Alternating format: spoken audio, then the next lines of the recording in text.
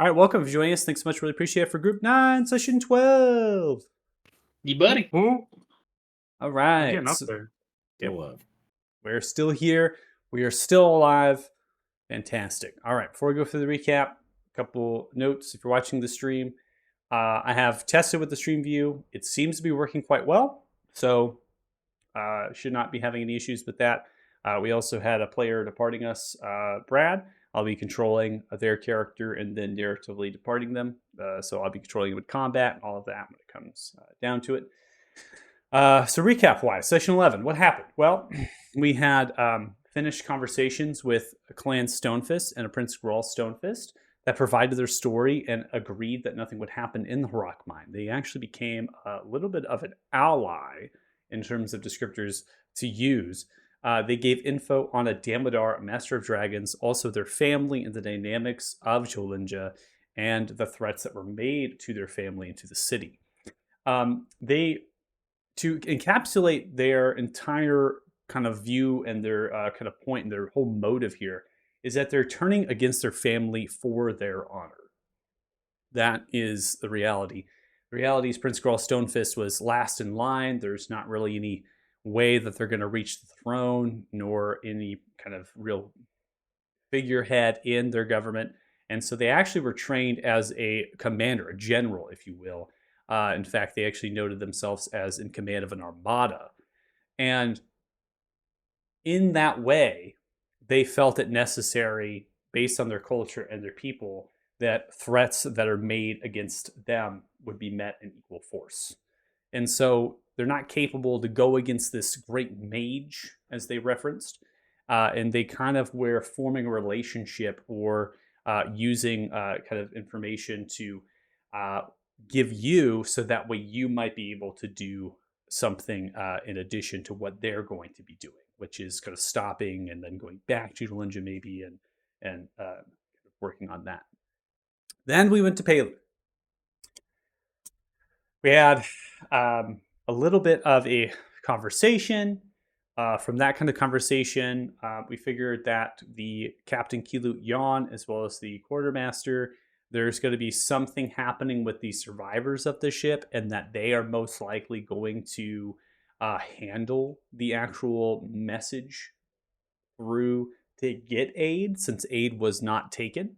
So that was one thing that we kind of went through very quickly, but it was less, we don't really need you. You can kind of go back and that they can kind of work on, and then you can kind of work on that. So we might end up seeing Captain Kilut Yon again. Might be seeing Captain, the Quartermaster Rubark. They might end up showing up in the Holy City of Othema on the way to speak to Lord Thalfalor, or maybe you want to take the opportunity to speak on behalf yourselves. So there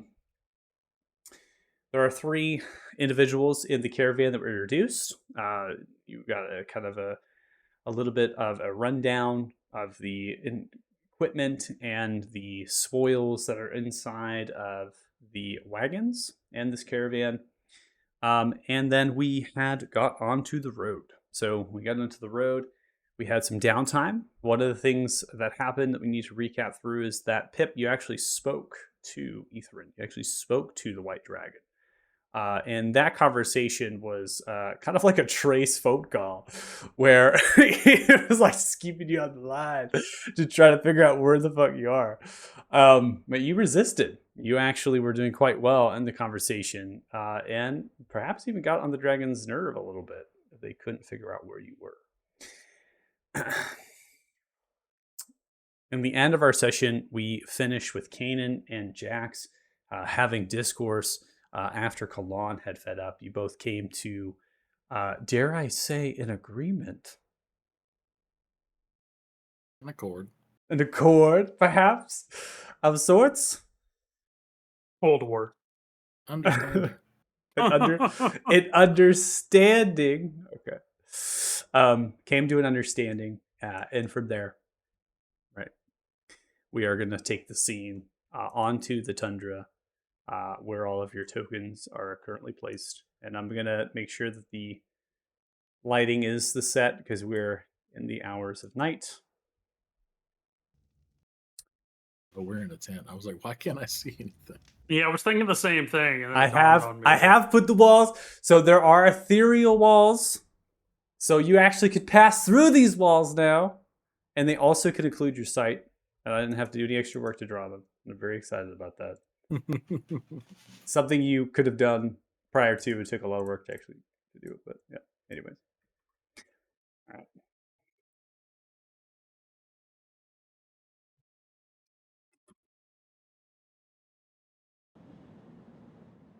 So this is pre-rest, post-rest. So this is pre-rest. This is post the conversation with Kanan and Jax. You are in your respective large canvas tents that they use these massive poles that they actually lash into the rock mining wagons here. And there are some of you that are on your own, like Lance, you're currently on your own in your own tent because Burrow is not really being a fantastic driver. You've had to actually take charge of that wagon pretty much the entire time.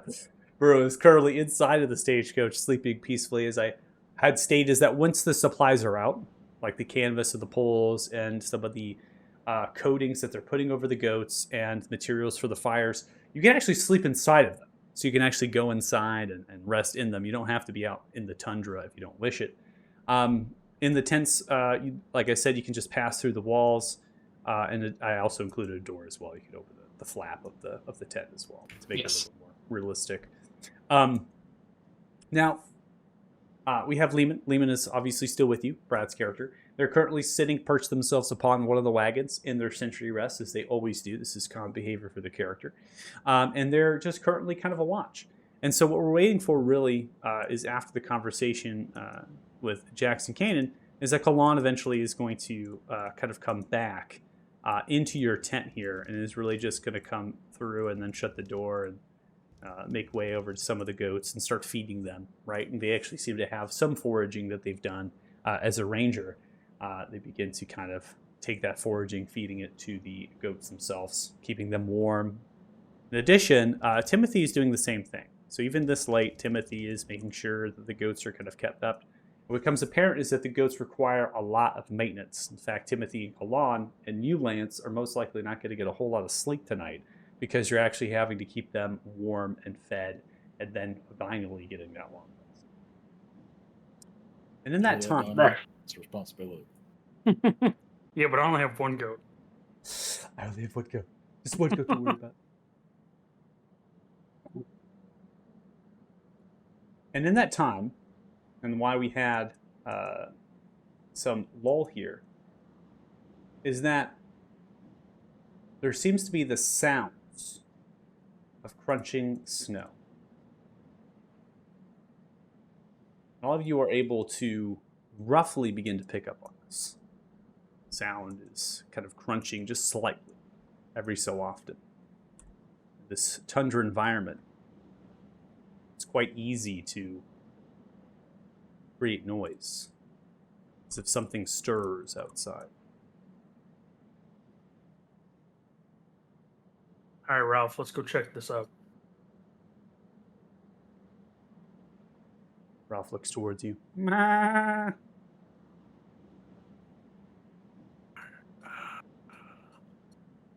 Let me know what you see. I don't see shit. I do not believe that my dark vision is... Oh, yeah, okay. Oh, it's working. I can see your token right now. It's working. You see as Lehman is hearing it as well, kind of perched up just a little bit. But Lehman does not have any dark vision here, so Lehman is attempting to do the best he trait can. for a sentry. Put some flashlights on him or something. Which direction do we hear this coming from? You hear it coming from the north. Currently. Oh. Hi. So Kalan at this point has kind of come out of the tent as well as Jax. The lighting is kind of pouring out. Kalan's looking from left to right. Kanan, you're coming to the center point pip as well. And then you, Donlin, on the back of Ralph, are beginning to observe what stands out to be something of note. Half-giants in a crouched position, moving slowly towards your wagons. They don't seem to recognize you in the back, but they regard the light of the tent flap. They softly stop and they begin to sit down. As you look, rolling stealth checks here. Some of them disappear from your line of sight into the shadows of the snow. You can't see them anymore. Others you can see. Passive perception. We have company. Ooh, what kind?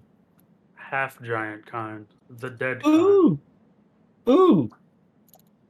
I am actually going to I speak giant. take Ralph. And we're going to. Fight him into battle. Nope. Beat him to the giants. That's all they want, actually. I'm gonna stick Ralph in this tent. Get in this. Hey, that's my tent. That's fine. It was the closest tent. Not in the fire. And I'm gonna make sure that's closed.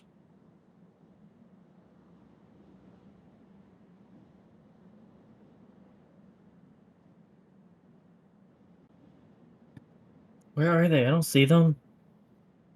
Don't worry about it. I'm just gonna Should walk I- towards them with my sword out. As you begin to walk towards them with your sword out, in slight disregard for your stealth, crushing into the snow, you see one in the grouping that is quite tight, which have failed their stealth checks in relevant of yours. There's two others with bows at the backside, and the other group nearby you. Both kind of almost sink down even lower into the snow, as if they're hearing you, but they don't see you. I'm too fucking small. They begin to whisper amongst themselves.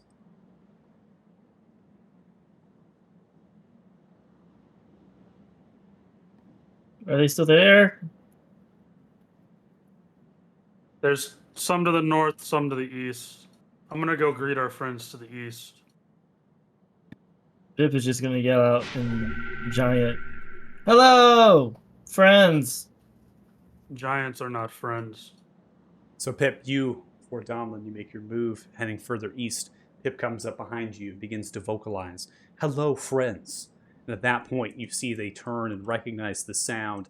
Regardless of seeing, they draw their weapons and they move to attack. Everyone roll initiatives. Why is everyone so rude? I told you, giants are not friends. Yeah, but Pip is just a friendly guy who likes to lie.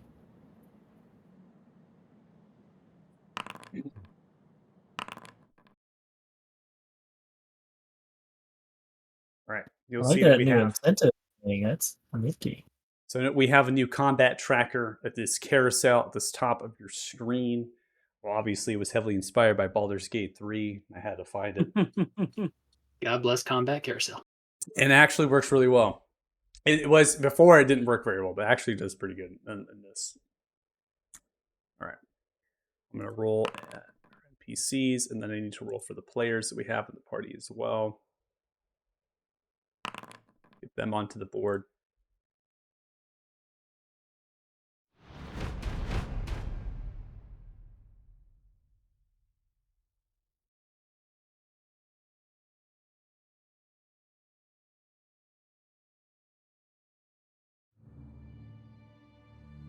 So, as we start combat, recognizing the voice of Pip is what triggers them to advance forward. You see as one shifts themselves into snow and attempts to crouch and look around.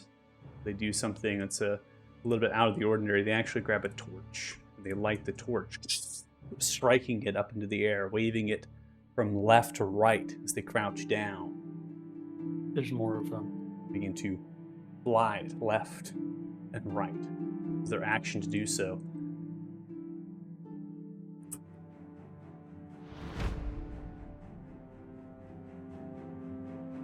Come to another. This one continues to move through the snow. As they do, they are going to take a torch and they're going to throw it to the position that they hear your voice. I'm going to create a light source.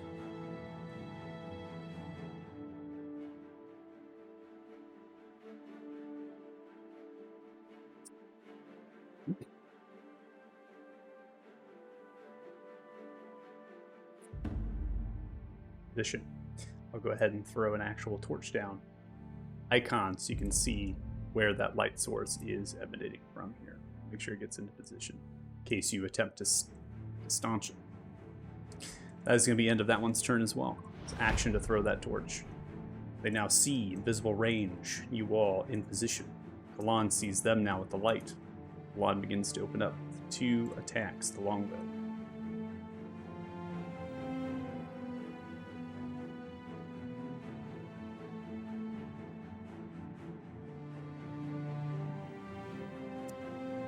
Like Kalan was out of arrows. Not supposed to be out of arrows. Legolas moment. Yeah, there you go. 24 hits, dealing 4 points of piercing damage. Firing off another arrow here. 23 hits, dealing 7 points of piercing damage. You see as both arrows land into the half-giant warrior that stands with their bow drawn, taking 1, 2, bleeding into the snow. That's the end of their turn. Come to another. Seeing the light source, they begin to run. This is a full dash as they come charging forward. You didn't take Polar Master, did you? I did, but I have the sword out. Okay. Thanks for your honesty. You see as they look to themselves and they begin to let out a slight roar up into the air, but they're not raging. They just draw a great axe as they go into strike. In fact, they're actually action surging here, taking the dash as an action. They come in with one swing of the great axe at the 9. As you sidestep out of the way and the axe comes swinging down, you're able to dodge. Donlin, you look towards this half-giant who is barely armored at all, tattering of rags, the axe thrown. They have a painted symbol across their chest now that you're in visible range without your dark vision, the aid of light. It seems to be some sort of white draconic skull. Alright. Donlin is going to Giant's Might. And in Giant, Donlin is going to yell out, "You will all meet Thrym tonight." And that will... And then we'll swingy swing. Okay. Coming for a swingy swing. 23 is going to connect. You deal 23 points of slashing damage. You cut the warrior cleanly in half, splintering right through the ribs, most of the chest. Fall into 2 pieces.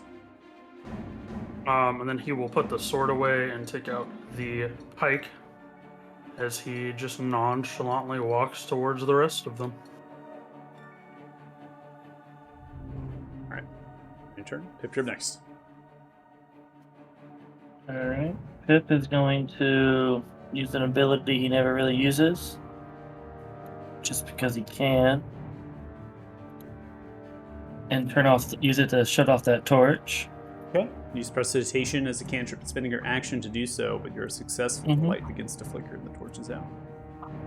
And then he's going to actually I was come. going to say action surge. I'm like, oh, hell yeah. Hard action surge. Action! I'm gonna action surge! No. Guitar solo. Guitar solo. Oh, wait, I'm stupid. Move right here. I'm gonna target him and give him some inspiration. Now that I have the fancy inspiration. Oh, the one that I can spend? Sweet. Yeah, it's unfailing, right? Mm-hmm. Okay. So when you use the Bardic Inspiration, if you do fail, I'm just gonna manually put it onto you because that's still that way.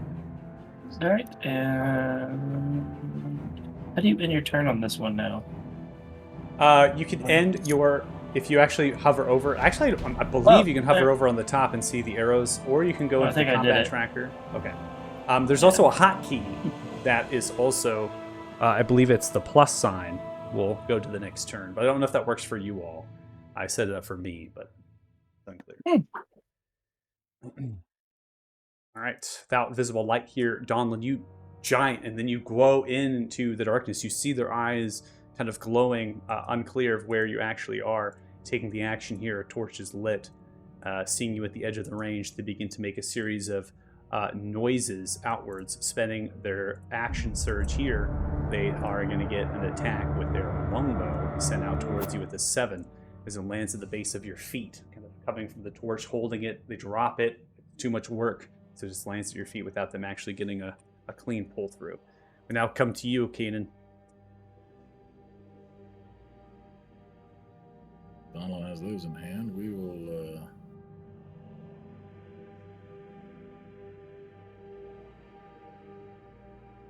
see if I can get it.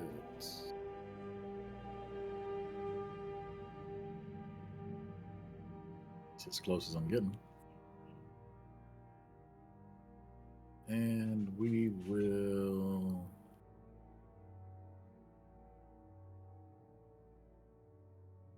Sorry, new class. Yeah, take your time.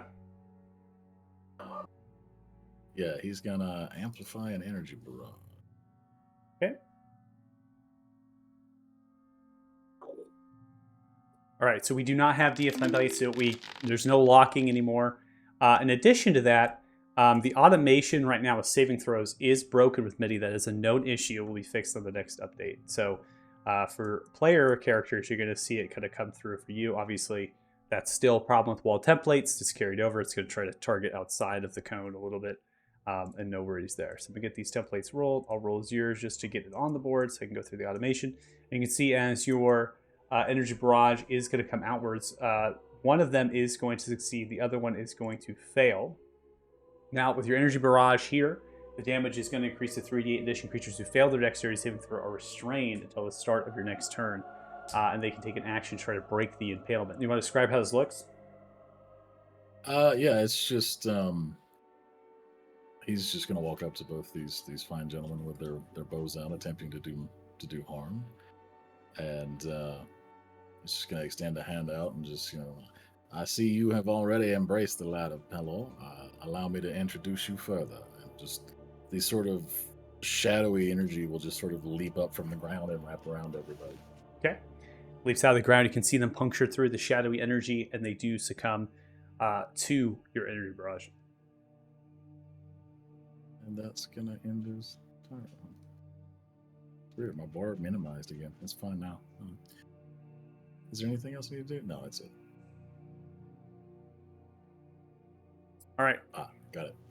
Nice. Okay, seems to be working good. All right, Lance, you're up. You're still in your tent. You're keeping cozy with the goats. Okay. Well, I assume I hear something outside going on, so I'm going to You do. step to the door. 5. Close it behind me. 1, 2, 3. I see people far away. 4, 5, 6, 25 feet of movement. Man, they are. That'd be a heck of a shot. But he's going to ship it. Because that's what we do. Okay.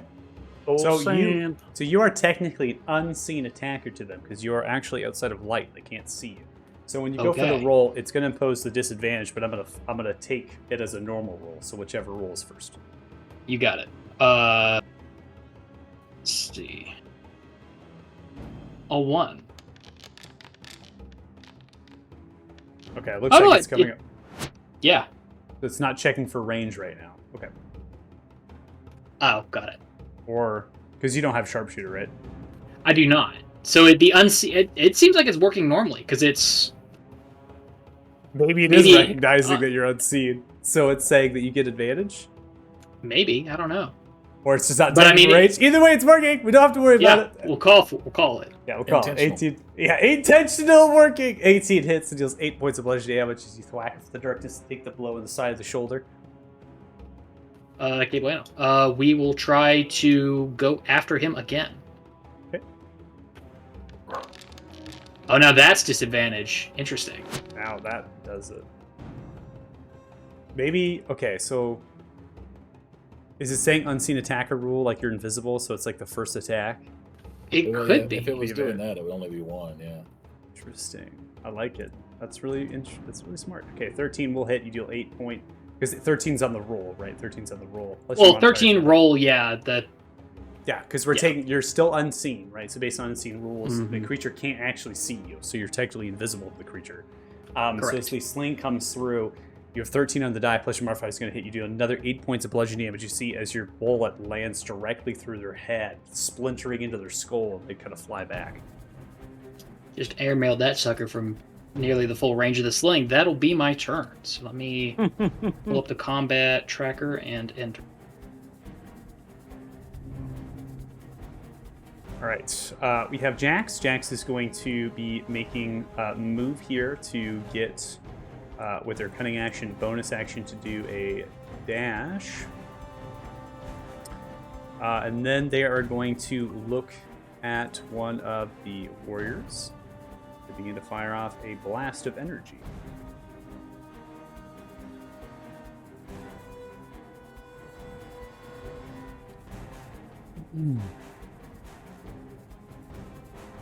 Alright, blast of energy is going to miss with their attack, with the advantage from being unseen outside of the range of scope. As they let out the blast, I won't go through with the description. I'll let Dustin cover that if he wishes to at a later date. And you see them kind of taken aback by the power that they've used just a little bit, and they're kind of now pulling out their daggers. And they're going to use the rest of their movement speed to kind of come up at your side, Donlin. That's the end of their turn. Now have this warrior. This warrior sees you, Don, only you, is going to push forward with themselves. They are going to come in with a great axe swing. Did swap to the pole line. Make it if you're going to take it.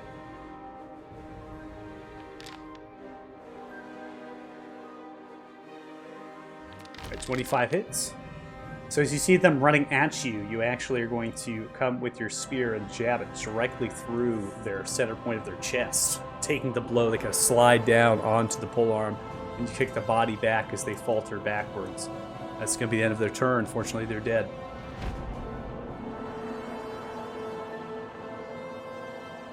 All right, Kaden, you see one come around to the back end of the tree. The song is abnormally loud. I put new music in, just so you know. I'm still figuring out where the volume's at. All right. That one is going to come out of the back of the tree. It's actually hiding behind the tree. You didn't see them. So they're going to run around the tree. And they're going to come, they're going to come at you, catch you a little bit by surprise here, taking the axe swing down. They're going to hit you with a 20 as they come swinging down. All right, so you're going to activate Bloodborne? Yep. Okay. You're going to resist that damage. You're going to resist it down to 2 points only. Except I have the, unless it's magical, I'm immune. Okay. Because of the teaching. So putting +2 to you, taking no damage. You want to describe what you look like when this happens? Yeah, again, just that same shadow energy just sort of like comes up around his feet and swirls around him and just sort of absorbs the force of the attack. Okay. It dissipates. You see them growing a little bit angry with themselves. They begin to kind of focus upon themselves, and they're going to go in for another attack just for giggles. 23 is going to hit you, but they do no damage. Kind of capture the axe and the shadowy energy. They begin to yell outwards. They get a grunt and begin to speak in Giant, yelling towards the north. Does anybody speak Giant in the party? Yes. Yep, does. Yes. Okay. Well, yeah, and Donlin. Yeah. As they begin to speak Giant outwards to the north, getting a small sentence outwards, begins to yell, "Warn the others! Warn the others!" They get a point north. Ending turn. We're not going to come to Lehman. Lehman is going to move off of the wagon, which is going to take a little bit of movement here to get off of it to difficult terrain. And then they're going to take a dash action as they come creeping forward. And then as the bonus, Steel Defender on it.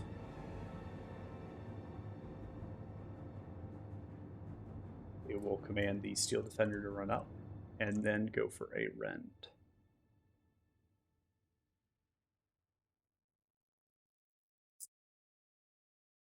Looks like the rend is going to miss. That's going to be the end of their turn. You see another one in the shrubbery, in the bushes, get up. They turn looking to the north, and they begin to make a dash action running away.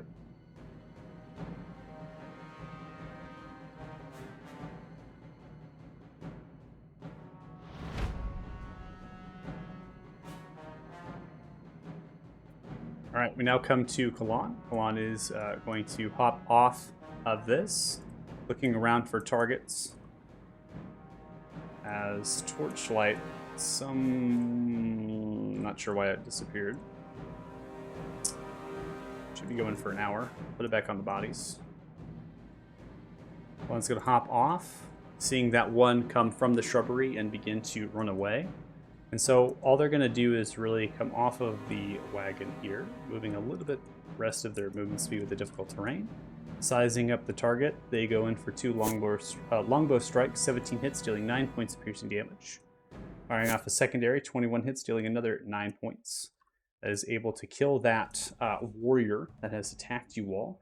They begin to yell out for the other that's running. They speak out in common. If you come back, you will die.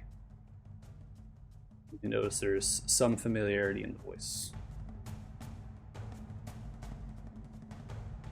All right, Donlin, you're next. Alright, we're gonna trudge through the snow here. That archer is within 10 feet, so sucks to suck. Yeah, 15 hits. Oh, never mind. You don't need it. All right, let me see your modifiers here.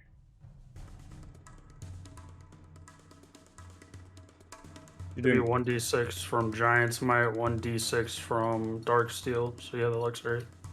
Just want to make sure. 31 total points. So as you come charging up with the spear, the pike, twisting the actual handle begins to lighten those purplish runes.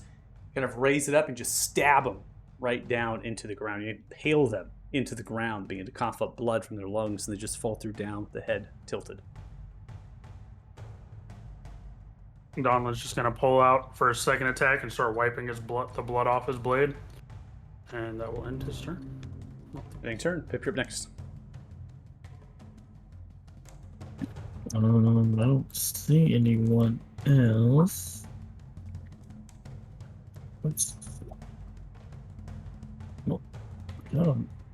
Oh, it's because I'm not moving. So we go a little bit. Since he doesn't see anyone, he's just gonna yell out. And Giant, we're just trying to be friends. And that's it. Okay. Speak for yourself. Gentleman tried to assault me. All right. Kanan, you're up. Yeah, well, I don't see anybody here. So he's just gonna keep walking this way, yeah. See if he spots anybody.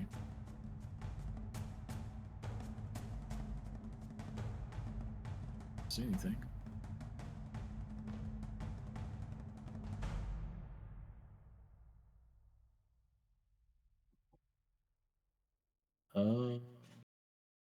Guess I'll just take the dodge action and keep looking around. Okay.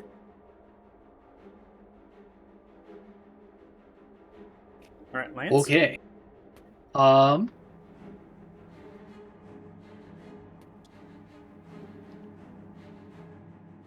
Keeping cautious. Looks like everybody's in the dark and outside of my range. I will action dash to the next tree over. And that will be my turn. Okay. All right, so we have Jax following suit as well as Lehman. Those are the two less of players on the turn order, so letting you all have a chance to get through the order to see what you would be doing in this situation. We're now going to end combat.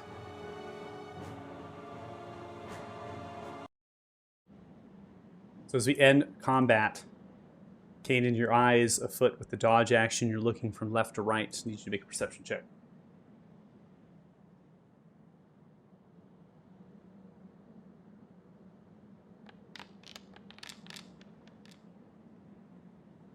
$17.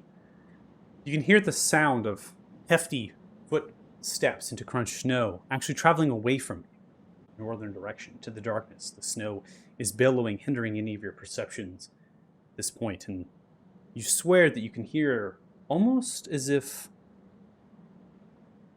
like in the swaying of something large and heavy. But that's kind of caught into the drift of the snow. It's still coming from the north.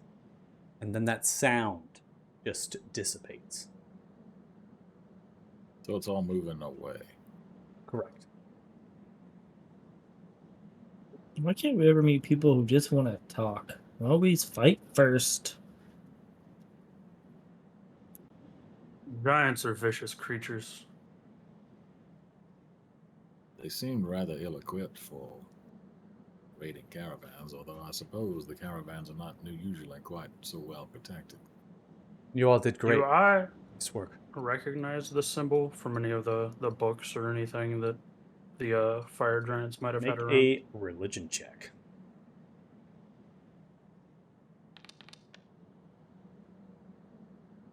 14. Pretty high for you, Donlin. Pretty high. So the symbol that you see upon their chest would be that which is worn by a thrall of a dragon. I'm going to roll this body over so that way his torso is kind of on display. And I'm just going to point at the insignia. It seems they serve likely a white dragon. Perhaps yours, Pip. Mine? But mine seems so friendly. These are Moken. They are a tribe of half-giants, the Frostwood Mountains. They're peaceful, unless they get desperate.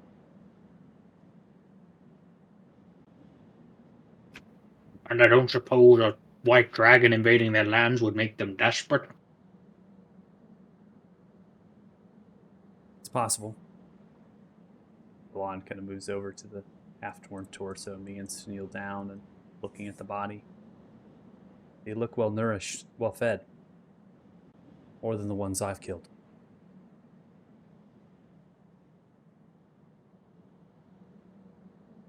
Do they normally approach caravans like this?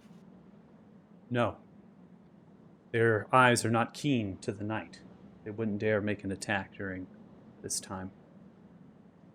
You might encounter an ambush on the road, mainly in the forested regions, along the trail in the valley.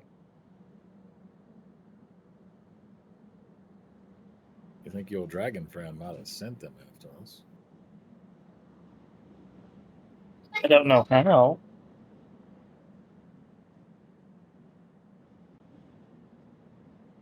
Mokens roam the valley. They ride on mammoths. That must have been what I heard. Get a bigger mount. It could be that they were sent by the dragon to look for any source and then attack it. You all made quick work Yeah. of them. Those that got away are gonna go warn the dragon of where we are. We either need to pursue or we probably need to move.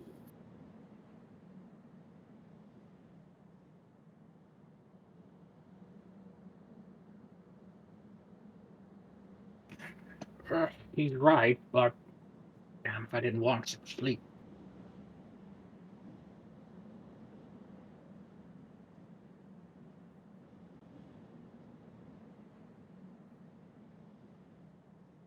I don't know much about the Moken, only that I've encountered them and talked with them before. None of my encounters ever suggested they have any wield over the arcane. There are other methods to reach for messages and such. It's possible they have a method. I'll take your lead. The goats are fed and they've rested enough. We can push through the night if that's what you wish. Sounds good to me.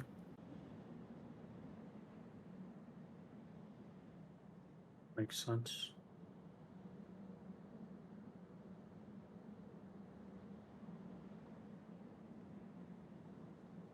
Yes, Timothy Just- comes running out at this point. Ah, You see him having a little smithing hammer in the right hand, laying down pittons in the lot for tents, and other sorts of stakes and things. Kind of holding it, looking from left to right. Oh, is it over? So it would seem. Oh, Yes, Eustace. all right. Okay. Are we leaving? Well, our position may have been compromised. We thought it might be wise to relocate. Alon looks towards Timothy and just shakes the head, yes. 50. Fine. Thought I would actually get some sleep. He pouts a little bit, begins to walk back direction of his wagon. I know the feeling.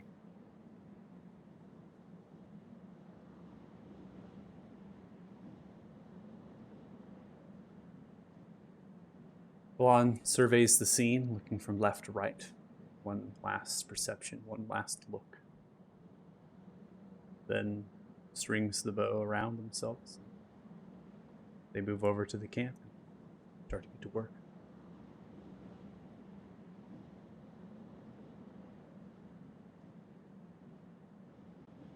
Come on, Ralph.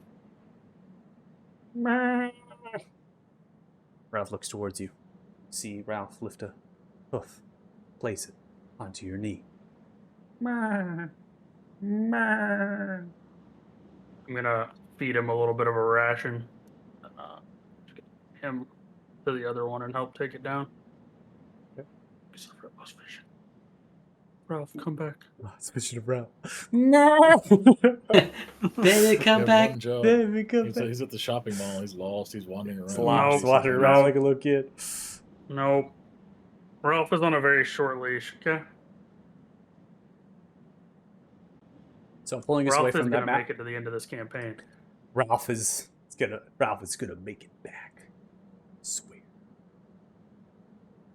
I'll go ahead and move Jax, but they're with you.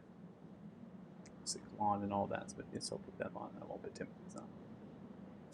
Begin to get the wagons packed up. It takes some time. But you all are working fast, trying to get this accomplished. While that's happening, you're also being aware of what might lurk into the darkness, into the snow, into the weather, the north, tundra, howls and moons.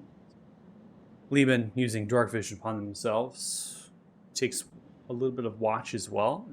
All the rest of you, Jax, right, always attentive, maybe pausing every so often when you hear something. Nothing comes from the darkness. Nothing comes from the snow.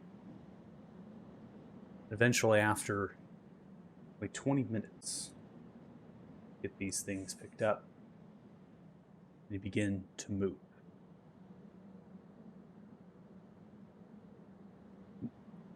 Pushing through the night. Now, you cannot long rest on these wagons when it is moving as such. You are foregoing a long rest, but you can take a short rest if you wish. You are able to sit alongside the driver's seat, climb on top of the wagon. Adam, your dog is looking right at the camera. That was great. That was awesome. Oh my gosh. Sign that dog up as a player. What are we doing? He's a ham. He likes the camera. It's about as intelligent as Dargon is. Damn. Like, do it to him like that? Oh, he's insulted the dog. Trust me. Yeah, I was gonna say, if you knew Dargon, you'd understand. Damn. We now come to the next day. I'm going to go ahead and advance the time clock into the early hours of that day. It's about 7:30 in the morning. The first of Ron, actually, going into the next month. That with the season changing. It's pretty similar in conditions. The snow is still moving around. And the wind itself has just kind of picked up a little bit here, transitioning itself to a howl of sorts. Change the ambience.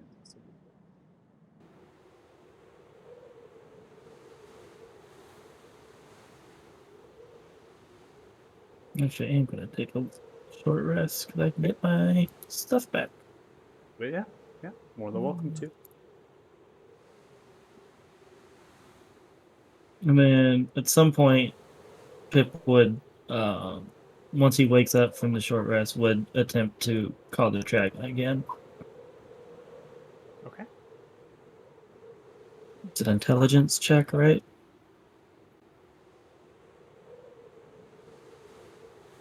If you're going to attempt to talk to the dragon, it's an intelligence saving. Not today. 5. You reach into the stone to try to form a point of communication. And as you do that, you are bracing the barriers of your mind to make that happen. And as you brace the barriers of your mind, they begin to fold, notwithstanding the strength and the power that the stone wields.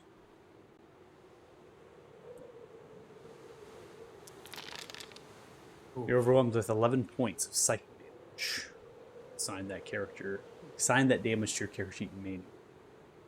If you wish to do this before your short rest, you can, and then you can reduce your hit dice. You can just take another short rest. No, it's fine. Your choice. Yeah, he would have done it after a rest, so. Burn that damage is fine. Like, damn it, I don't want to talk to you right now anyway.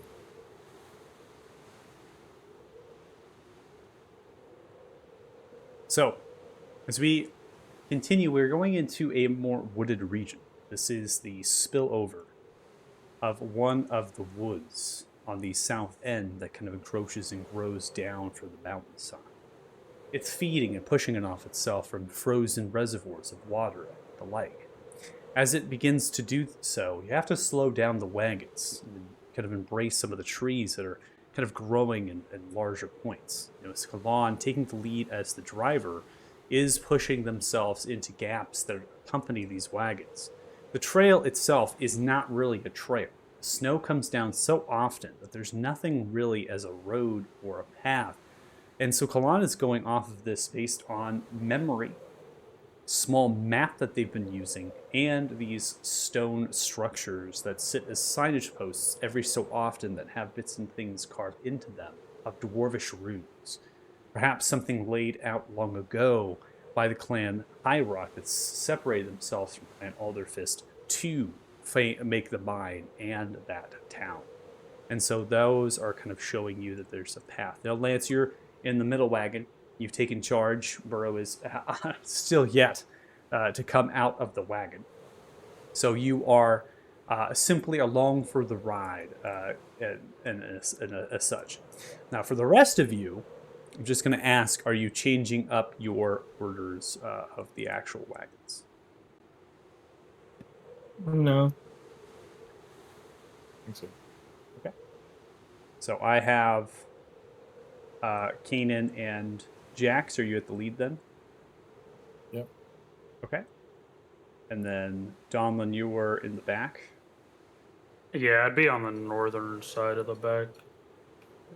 Cool. And I'll take up the middle. All right. Lehman will be where they're at. And then Pip, where do you want to be? I'm in the last one The still. last one still. Okay.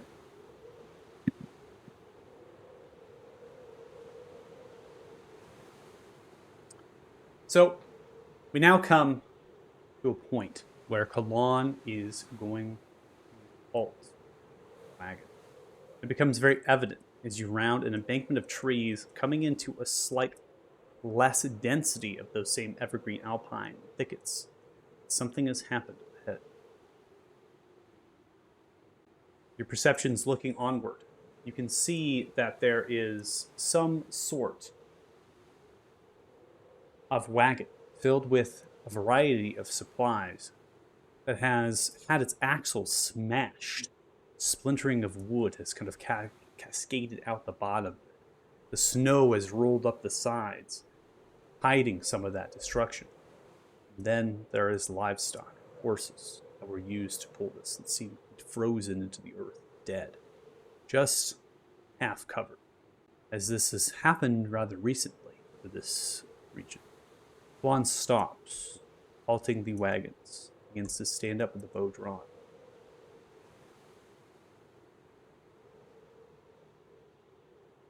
Gonna go ahead and open the door and let me and Ralph out.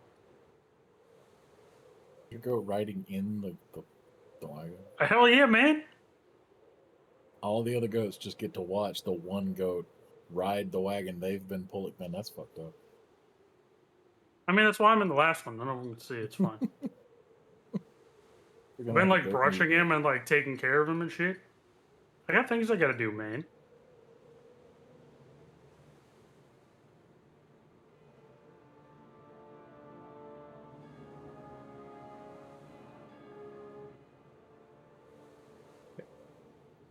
It's unpaused. Juan stretches and looks. Timothy taking the lead. Burrow's not there, so Lance, you're kind of having to follow Kalan's lead. Kalan's looking around. Rolls a perception check.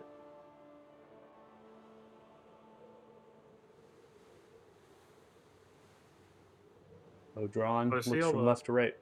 I don't see anything. Could be Moken. Are there Yeah. any fallen trees to the north side?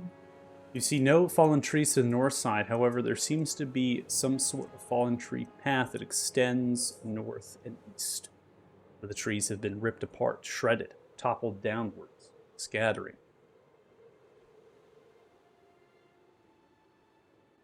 Could say they travel by way of Mammoth. Suppose I should go check it out.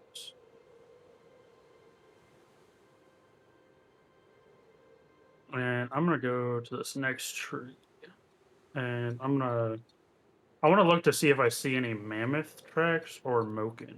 You can make a survival check then. If you're looking for tracks.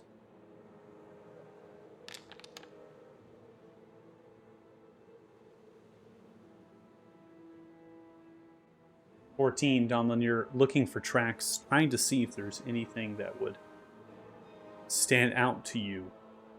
But you don't see any. You don't see any indentations, but it's been snowing all night. Whatever might have been through here has tracks hidden.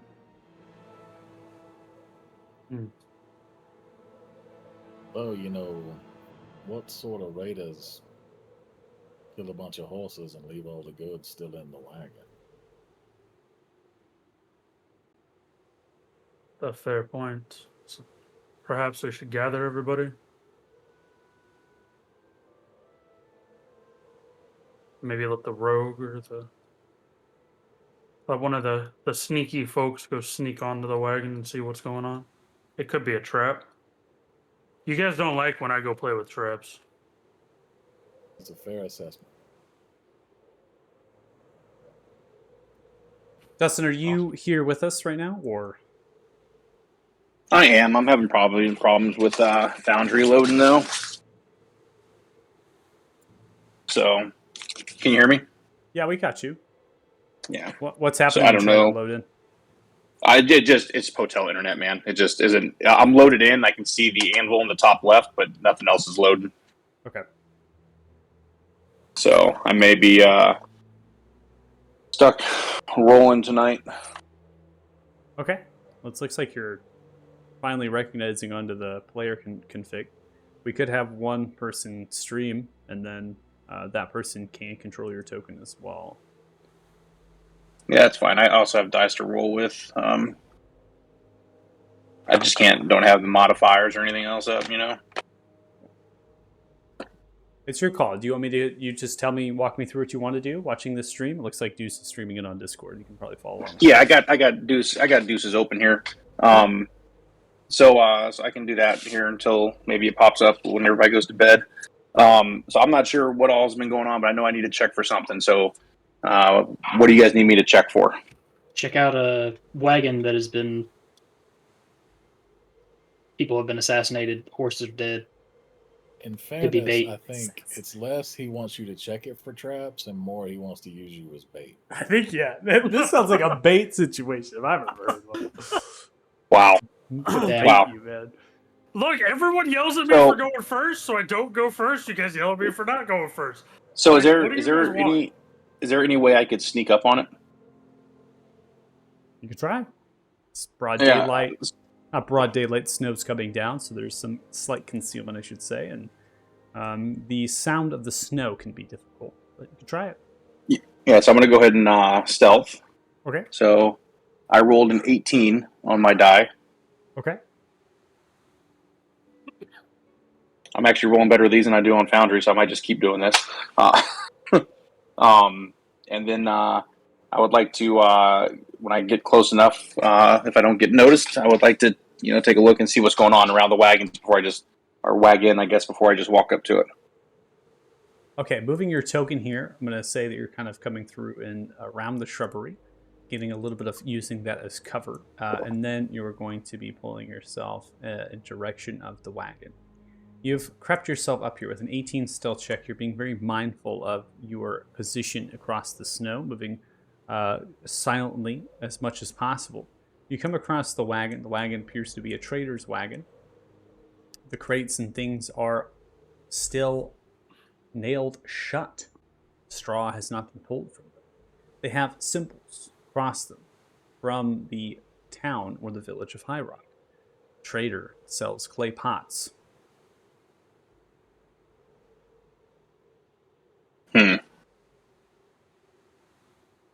Because What they do were you chassis. see? So I'm gonna, and nothing else, like nothing else visible around it, like footprints leading off or any of that stuff. I think I already heard somebody ask for that, but I wasn't sure. Passively, you don't see any footprints leading off. Try to roll for it if you wish. Yeah, I'm gonna go ahead and roll for it. Okay. I rolled these. I love this die. I rolled a 19. All right, so your survival is +2, so it's 21. You are looking for tracks. You don't see any, actually. However, like not even from the wagon. No, you see no tracks Okay. from the wagon. And as you dig across the wheels to kind of be mindful of the track, you notice that the wheels themselves have kind of went into the icy ground as if it had come down from a large height. The bodies of the horses seemed to be crushed.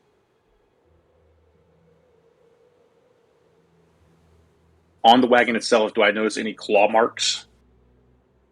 You don't notice any claw marks on the wagon. Okay. I'm going to motion to everybody to move up. And then when they get close enough, I'm going to tell them everything that I've just been told myself, but let them know I have not checked it for traps, nor have I observed the surrounding area, just the wagon itself.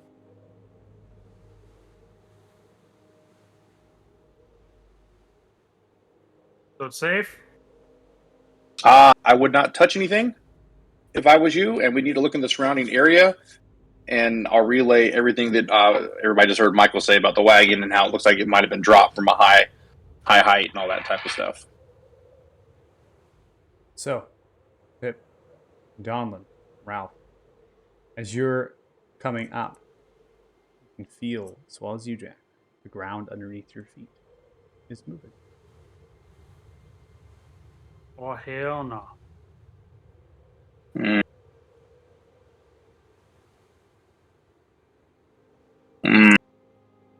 Hey, Kanan, you want to go check out that ground rumble?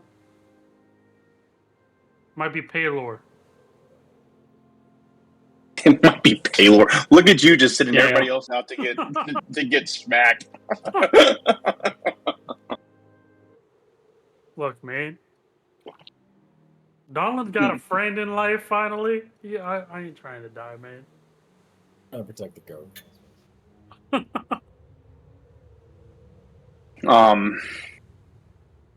So I'm assuming everybody feels this, though, right? It's not just me that feels the ground. Right. Katie, Yeah. you feel the ground move. Pip, the ground has become more. It's actually shifting, sifting. Believe there might Earthquake? be Oh no, perhaps.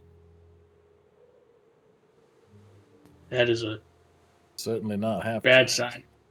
So, as you begin to move Pip, you see the sifting and this kind of the actual snow itself is like shaking and moving and falling into the ground.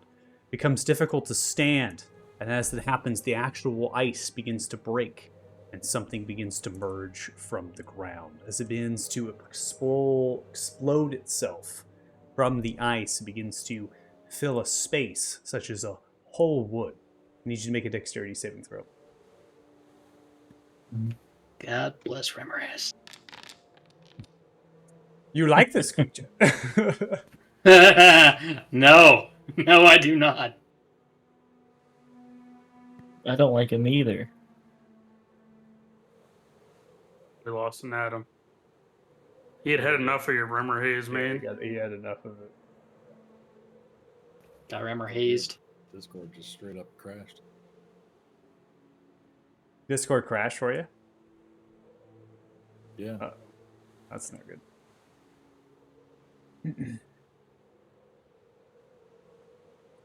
Pip, as the creature begins to emerge, the dexterity saving throw of 7.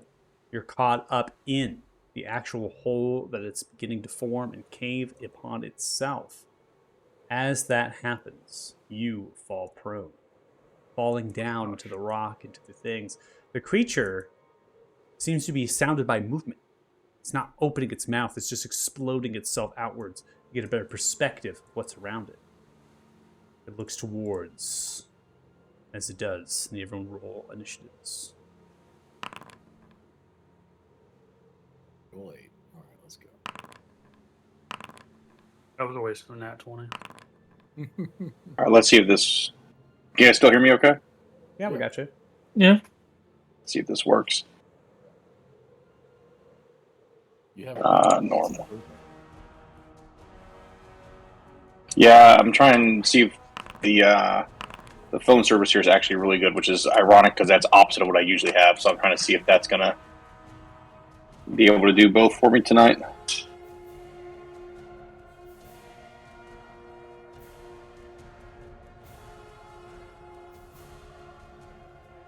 Did the initiative come through for me? I do not see your. Were you trying to roll on Foundry? Yeah. I don't have any initiative for you. There is no Oh, I must be way behind. Is the problem? Yeah. All right, hold on. I'll just roll. I rolled a 13. I think it isn't that high. Nope. It's okay. It may just be taking a second. Yeah, 13 here plus an 8. Yep.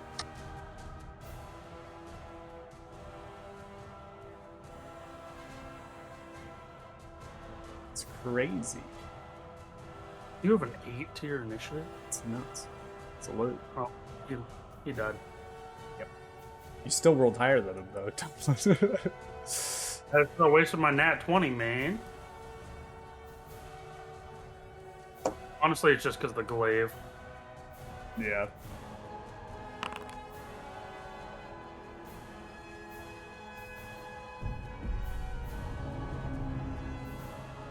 All right, Donlin, you're first. Alright, cool. So I'm going to use half my movement speed to dismount.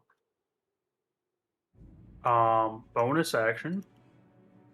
I am going to Giant Smite.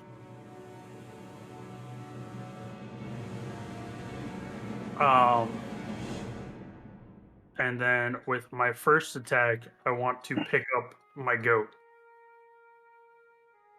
You're gonna pick up Ralph? I'm picking up Ralph on my shoulder, so that way he's like kind of out of danger. I got you. Why don't you use the new grapple? Just press D over them and press G. They'll Alright. move around with you. Alright, and then I'm going to 5-foot step within 10 feet, and I will second attack. We're going to stab this thing with the pike. All right, so Or you come not. up with a 13. As you come for a jab, you stab onto its hard chitinous shell. You notice that the tip of your pike, as soon as you stab outwards, becomes heated. As it does, it becomes super hot. You pull it back, the steel of it, the dark steel is unhindered by that heat, but you know if you dare come any closer to this creature, you would be feeling that. All right, cool.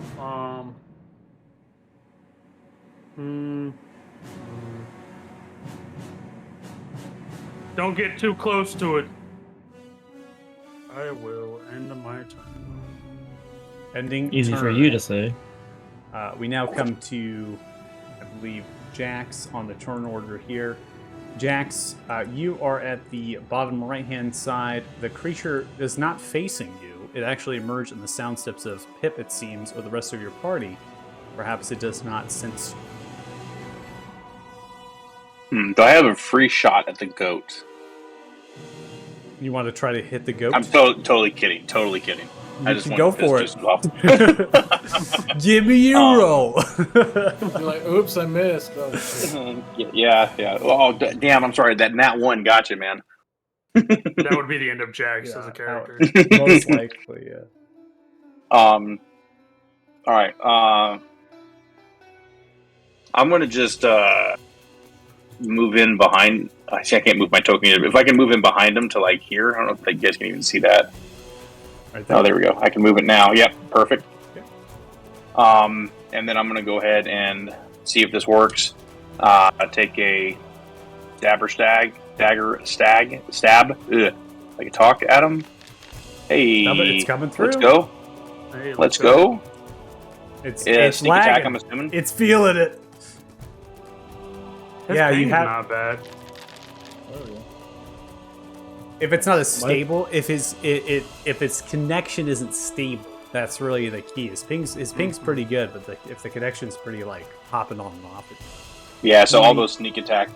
Oh, it did go through, okay. 26 points of piercing and force damage. Oh my! Michael, how much movement did I use to get up there? You moved 25 feet. Oh Jesus. Okay.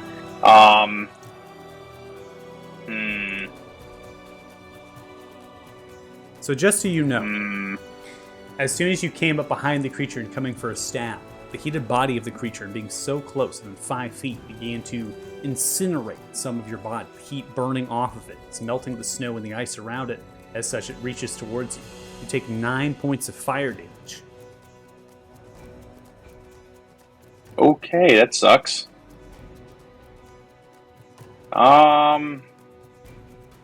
Man, I guess I'm going to use my fast hands as a bonus action here, and you know what, Lance, we're about to see if these bombs you gave me work. I'm going to throw one of the what's it called, mini explosives at it. Fire in the hole. Okay. Okay, so when I click on mini explosive, it gives me usability. Go ahead and use usability, I assume. And it gives me a template. I don't want to hit anybody with it, so I'm going to hit right here. Hey, I should have missed. Okay. So with the DC, I should have missed everybody. Yeah, it did. The DC Yep. of 12 set by the explosion, you kind of uncork it, frag, tossing it outwards towards the creature, kind of lets a small little burst. But it really does land kind of to the left, and the chitinous shell takes that brunt. It only takes 5 points of force damage. That's fine. And then now I can't end my turn, but that will end my turn. All right, I'll end it for you. Coming across to the next. Thank you, sir. Yeah, we now come to Lehman is going to take a step forward. Lehman's going to do what Lehman always does. It's a fairy fire, throwing it off.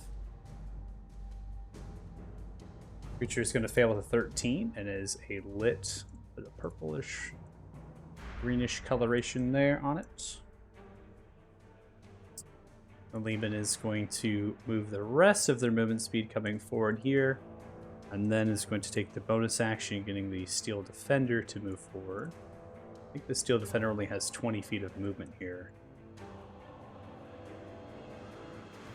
Noticing that it's heated, as well as you, Pip, I'm going to have the creature move forward and a dash action to get to you, bonus called for, potentially to aid you on its next turn. That's going to be it for Lehman. All right. Looks like templates are not being reviewed. That's fine.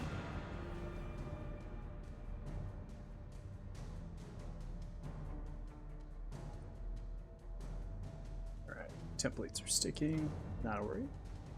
We're now going to come to Timothy on the turn tracker. Timothy is... I think I can mount this thing. Let's see if I can. Oh, mount the carriage. I'll put him to 30 feet because the carriage is so big. That's hilarious. Well, that's funny. It's fine. They're going to move a number of distance here to get around. Turn them a little bit to get the goats moved. Not so much. There you go.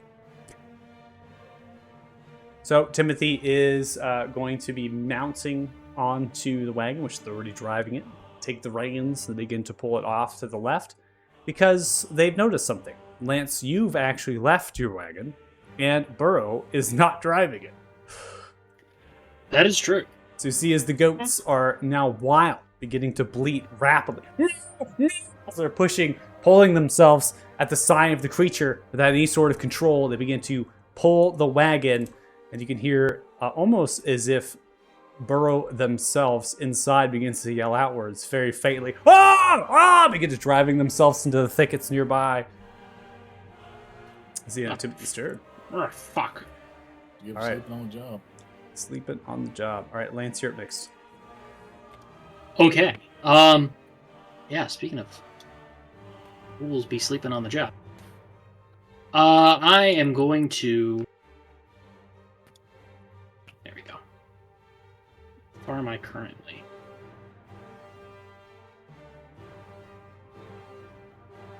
$35. We're gonna get a little bit closer. And we'll attempt to target this guy.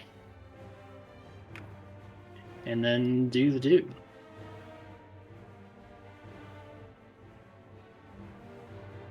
It did not want to roll. Oh, it's because it untargeted.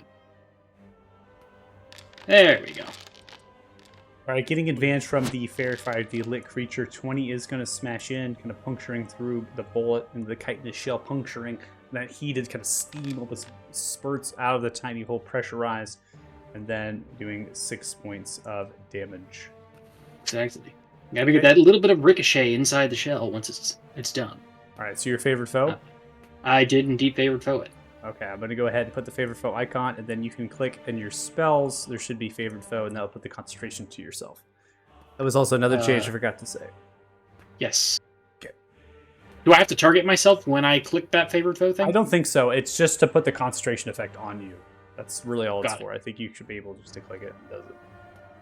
Excellent. Okay, That's so that all. is the first attack. And... think... Yeah, let's just roll another one.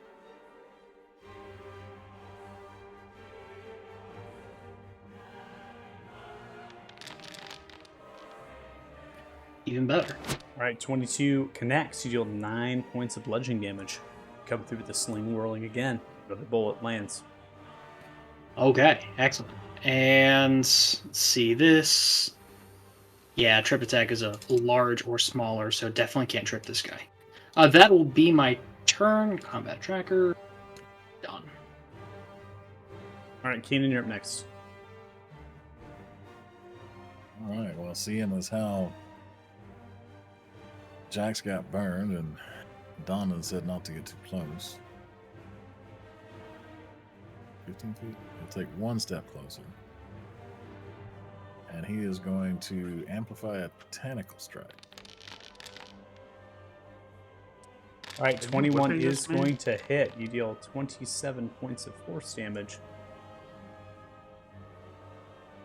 Yeah, just a shadowy tendril just comes out from behind his back and just sort of lashes out and whips it. Okay. Are you going to pull Uh, or shove it? No, it's not. It's good where it is. Okay. Second attack, he's gonna do it again. Spending another Double amplify. fives. Yeah, spending an amplify point here to throw out another one. Come through for another whip, a 12 with the advantage this time, kind of coming through a more glancing blow as the creature's kind of shifting through. I'm gonna end his turn. All right, ending turn. Pip, you're up next.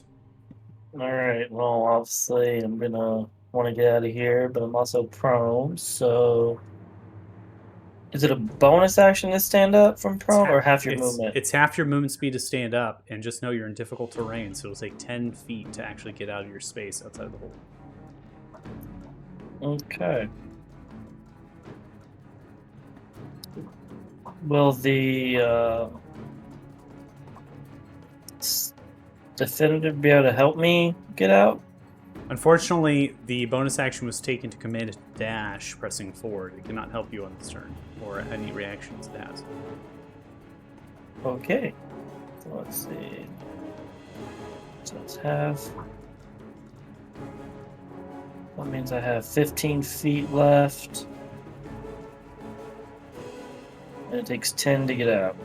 So. Basically, right there is all I can move. Okay. I still have action though. I guess I can use my other action to dash away. Would I be out of difficult terrain now? You Or are it's out still of plus difficult enough? terrain, but you are in threat range of the creature. So just be aware of where you're moving out to attack. Oh, so he's gonna try to. Yeah, sorry. And so you took half your movement speed to get up, so you have 15 left. Then use 10 of that to get out of the hole, so you only have 5 feet left of your movement once you dash. Well, that's what I was thinking of, just dashing out the way so he doesn't burn me. Yeah. So I'm just gonna dash and then accept the hit You're because going to accept the attack of opportunity. I need to get away from that flame. So yeah, you would. Okay. You're going to accept the attack of opportunity. So you see as Pip is beginning to run away. Pip, you are struck with a 17. As you're struck with the bite, as it comes through, you take 67 points of piercing and fire damage. You are knocked unconscious immediately. As it comes Wow. an attack of opportunity, it's not enough to engorge or bite you with its swallow-like effect. It's simply coming through with its face and smashing down into the earth, crushing you into the ice and brick. Sorry, the ice and the rock. Yep, he is a strong guy apparently. Yep, did not realize how strong they were. Very well. And all you hear is Jax go, damn! That's going. Oh fuck! Not again. We now come to the creature's turn. The creature begins to see potential targets. As it does, it begins to pull forward. That's outside of your attack of opportunity range, Jax, if you wish to take. Sorry, I was muted. Of course I'm going to take an attack of opportunity. Do it. If I can... You can manually roll with your dice instead of your modifiers. It's fine. Nope, I'm just missing some... Oh, there we go. That's why. All right, so... No, yeah, that's why. Shut up, Deucems.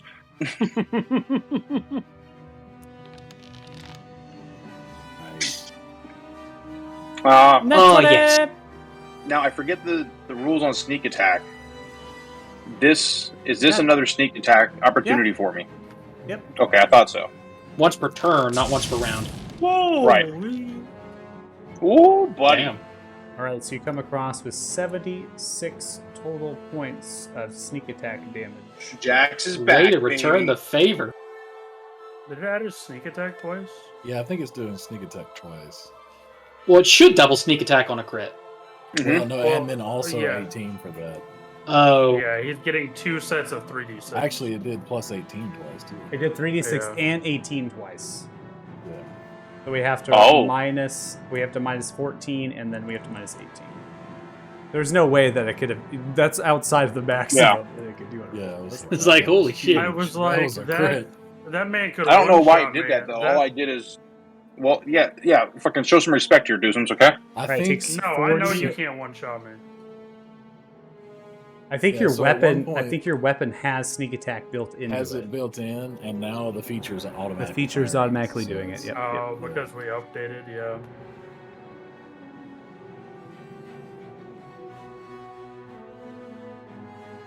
To Hey, it's figure still a out. pretty good hit. I'll take it.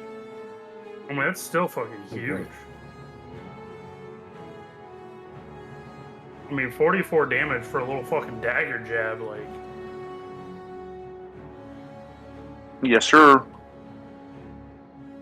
See, I don't think it's a little dagger jab at that point. I think it's like Bruce Lee 1-inch punch, but with a dagger. 1-inch punch. I think that it seems like it's set up properly. It's in So, the weapon the problem formula. So the problem may be when I'm hitting them, it's asking me if I add sneak attack, and if I'm hitting yes, and I wonder if that's what's doubling it. You know what I'm saying? If it's already in the weapon formula. Yeah, I'm gonna look up when you did the dagger before. It did 2 sneak attacks on the dagger before too, so it's rolling it twice. Okay. Let me remove it from the weapon formula and whatever it's pulling from you that it should do.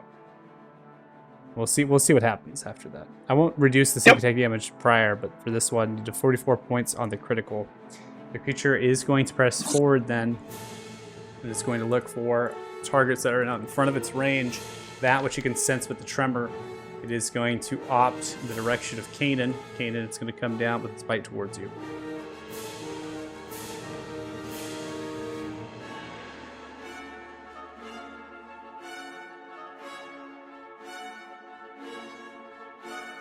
Right, so you're going to activate your Bloodborne, getting immunity to non-magical damage. The bite is going to come down, crashing down over top of you. You begin to resist the damage as you brunt most of it, not all of it. Its piercing damage is not magical. You take 9 points of fire damage only from the incineration of its teeth. However, because you are hit by its bite, you actually are going to be restrained. In addition, you are lifted in the creature's mouth. Good times. Do any gems happen to fall out? No. You are not letting this gem thing go. I'm totally joking. Okay, come on. Uh-huh. It's been a long day. It's been a long day at 95-degree heat for me. Okay, I can joke. I'm adjusting your token elevation to 30 feet to be representative of how much the creature is actually outside of its hole at current, and you are currently restrained inside of its mouth. In this condition, you are blinded. So I'm going to go ahead and put the blinding condition on you. In addition, the heat inside of here is immense. There's also acid in its bile. It is uncomfortable. You see as the creature pulls itself rolling from left to right and continues to attack, ending turn. We now come to Kalan. Kalan is going to mount as well. Make sure we get them mounted on. And they are going to move their wagon.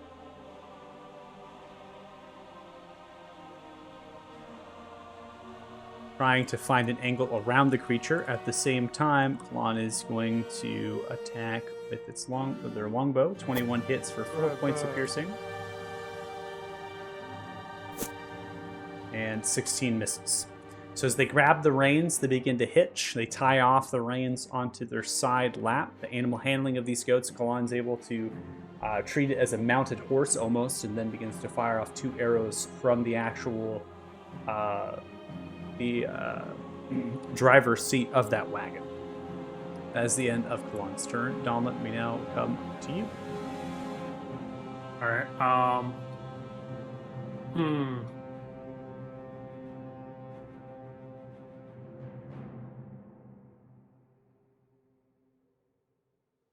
This is unfortunate.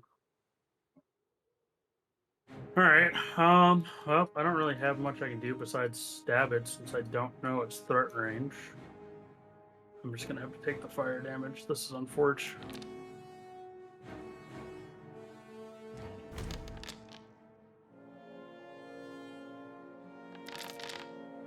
Okay, you're going to take 7 points of fire damage upon the attack. The creature is going to take 29 points of piercing and psychic damage. I also want to make sure that I do more fire damage onto you here, Jax, because you did take the attack of opportunity. So you took 14 points of fire damage, Jax, so I got to make sure I did assign that. Okay. Well, for your second attack here, as you come striking through, that is going to be another 20 here. And that is going to deal 18 total points of bludgeoning and psychic damage as you take, twisting the handle, puncturing in, begins superheated, curling over your forearms onto your shoulders, burning you.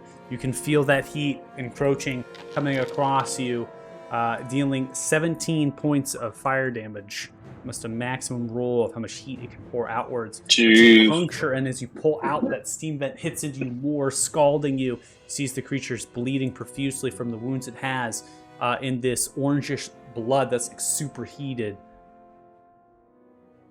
Alright, going to bonus action, second wind. Alright, putting 13 to you. It's a good roll. And seeing as how it ate Kanan and almost did one shot it, I'm just gonna action surge. And we're gonna stab it again. Alright, you come in for another stab. 22 is going to hit. And you are going to succumb to more fire damage. You take 9 points of fire damage from the attack, but you're able to dish out 24 to the creature. The creature begins to whirl, waning from left to right. Oh, it's still fucking alive.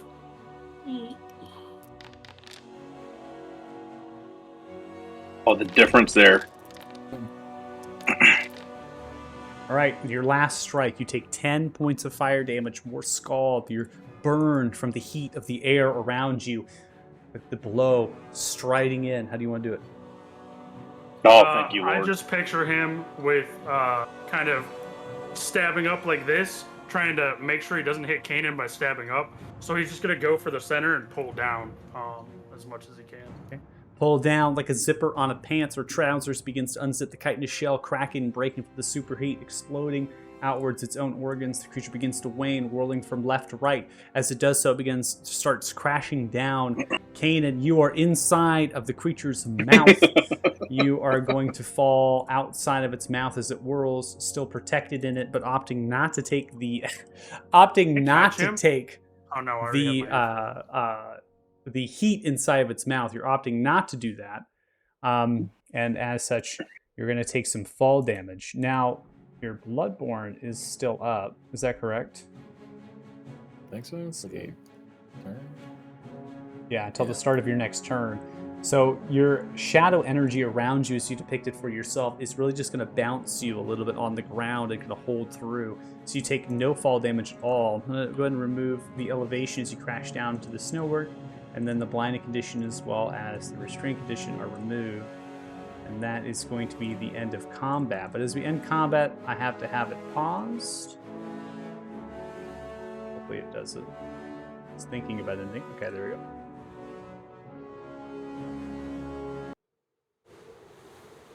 I have to tone down the volume of that epic music. Oh, man. I've had a lot. Yeah, it's a lot more sounds I put in, but I miscalculated how loud the ones that I added versus the other ones that were in there. So they're all the same volume. So Kalan and Timothy are able to get in, but the wagon that currently has Burrow in it begins to take off, heading in the northern direction off of the map. And as such, you can see it and the goats begin... Oh, I can't invisible the goats because they're attached to the wagon. The goats are gone too. Don't worry about it. They're gone. Hold on 1 second. Let me see if I can get this. There's a way to do it. The wagon is gone, reduced to atoms. The wagon's gone, reduced to atoms. I think what I'll do, yeah, I got an idea. We'll just bye. Exit stage left. All right, exit stage left.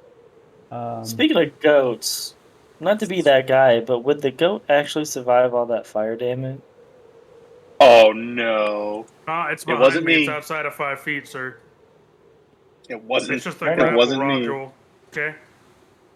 You see is comes across. Timothy now pulls it to a halt. Kalan well in track with theirs. They're able to get it straightened and successfully get this negotiated. It's unpaused. You see as the wagon begins to just take off in the northern direction. All right. While everybody's kind of distracted and looking over for that, I'm gonna come over and search this this wagon real quick before anybody kind of orients back this way. Lance, I think Pip Look- needs your... Yes, she does. Looking for anything valuable in the wagon, Michael. Whatever. So, Kalan here comes seeing you, Pip, on the ground. You see as Kalan kind of goes to administer aid. Lance, you're more quick to do that because Kalan is still getting themselves situated and getting the wagon kind of stopped and halted. Timothy still pulling on the reins, calculating. Burrow's wagon just continues to take off. Jax ignoring the unconscious body of Pip. You make way over to the wagon to survey. Make an investigation check and then go ahead and roll your poultice. Yes. Well, the thing tried to swallow me. While they do that, me and Ralph are going to go after the runaway cart. Where you going? The runaway cart? What cart? What? There's only 2 here. We had 3. Why would they go and do a thing like that? Right, so The Jack's Lance was investigation to 14, you can see that they are a trader from Othema, a holy city. You notice that their clay pots and things have been spun themselves. And they have a few coin purses in there still stashed away in some of the actual burlap sacks. You're able to pocket a total of 61 gold pieces. Putting another poultice here, taking another minute, 11 points of healing towards Pip. Oops. It's Pip wakes up. Did we win? Yes, we did. That was not a dragon for the record. That hurt. Yes. And this will hurt too. Give me another second. This will hurt too. He applies his poultices with a hammer, by the way. So really get it into the tissues. Yeah, really into the tissues. It looks like I can't transfer you mounted, by the way, when I copy you over to another map, so just an FYI on that. I'm now going to bring you both into another scene. I'm going to have it paused here. You're able, again, Pip, go ahead and manually add the last poultice if you haven't already to your health. Jax, you're continuing to investigate, and Kalan, now with the wagons halted, has gotten off. It seems they're stuck onto the wagon. I can't get them off, but Kalan is going to head over to the wagon of Timothy's and make sure that it's righted and it's doing okay, seeing that the two of you, Donlin, on Ralph, with Kanan in tow, are headed north. Pull you both to scene. And I keep pace with the goat. You cannot. I think the goat's actually faster, 40 feet, so... That's why I Right, so- shrunk to get back on the goat. Yeah. Pulling you to scene, what you can observe is that some of the thickets have been run down by the wagon. A few goats have actually been kind of ripped off and impaled by some of the bushes and the trees, killing themselves as they were trying to get away from the monstrosity that emerged. You notice that the actual wagon itself, the door opens, and that a human just kind of comes tumbling outwards. Burrow here. I'm going to go ahead and make sure that their name is Burrow. The AI wants to take over and rename everything and suddenly I love it. So Burrow comes Wild out. sparkle mouth. Yeah, Throw it out there. I know. It's great. I love this. This module's so great. It wants to rename all of the unlinked tokens. It's fantastic. You see as Burrow comes toppling out and, holding on to the door handle. They are currently on ice of some sort of lake. It is unpaused. We're going to go ahead and allow tokens to move on the south side of this lake, and then I'm going to transition back over to the rest of you with what you're doing. So, Donlin, Kanan, what's up? I'm tying Ralph to the biggest thicket I can find over here. I recommend you vacate the ice. That cart is loaded with metal ore. It's not gonna. You are going to end up at the bottom of the lake. What?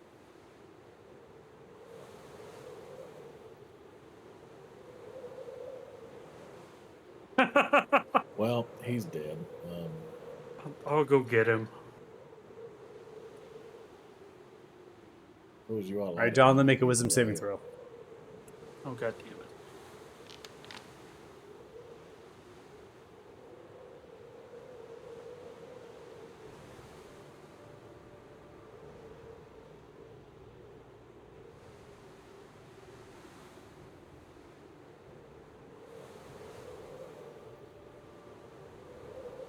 So you begin to hear the ice cracking and creaking underneath as the wagon begins to break through. It indeed is too heavy. Even the ice itself is thick. It doesn't seem to be quite thick near the shoreline. It begins to kind of fall and teeter in. Burrow is holding on. But Kanan, you look. Donlin, you seem to be captivated. As you hold yourself by some sort of song. The song itself begins to sing, pressing into your ears, and drowns out the wind, the howl. The voice itself begins to pass through it. Voice within your mind, calling out to you, echoing. You even see the shadow inside of the ice, something inside of the water. You move closer to the edge. Looking down, swear you see something familiar. Something that you know shouldn't be there, but is. Perhaps they have lived, perhaps they have not. Donlin,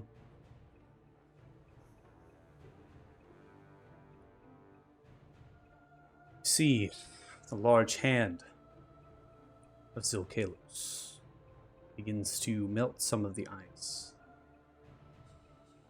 As they begin to melt some of the ice and crack and splinter it, reality, you Kanan, the Donlin has pressed themselves onto the ice, moving 20 feet, begins to break it of their own accord. Donlin, the voice of someone who has helped you, has been with you.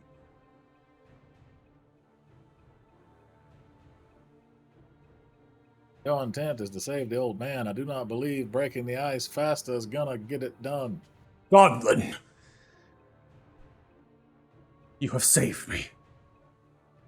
How did you get here? I took the boat and it wrecked, and I'm gonna get you out. You need to come with me. There's something in here we must see. In the honor of Thrym. Donlin will bow his head a little bit, and then he's gonna follow after, break the ice, whatever he needs to do to get down there. As Kanan, as you watch in disbelief as Donlin begins to break the ice, splintering through, they begin to fall into the ice, disappearing. What in the holy hell? Man is devoid of all of his senses. Go ahead and make a wisdom saving throw.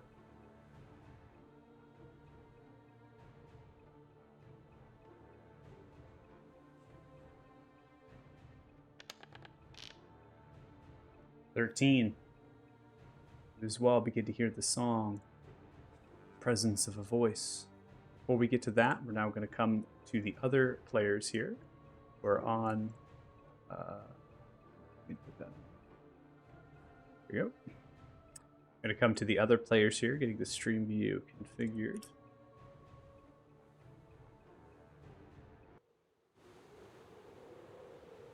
So, Jax, you pocket the coin, or do you leave it? Oh no, it's already in the pocket. All right. So it is already in the pocket. You are putting the coin in. You begin to survey the scene. You don't see any bodies or any other sort of usable supplies here. Canvas where this wagon has been torn and shredded. Not by an animal or anything like that. In fact, with your investigation, what you're able to see is that there are tatterings of small soot charcoal remnants of it that burn. And as such, the wind has taken it. And so you're finding little bits of scraps here and there that suggests that the creature it's just been defeated had actually caused perhaps the destruction of this. Smashing of the axle, splintered in multiple pieces, suggested the weight of the wagon came cascading down into the snow and ice and smashed, broke those axles. The snow is billowed and moved through. The horses left, not consumed. All right. Well, hearing and finding all that, I'll come back over here and relay to the rest of the party. It's here.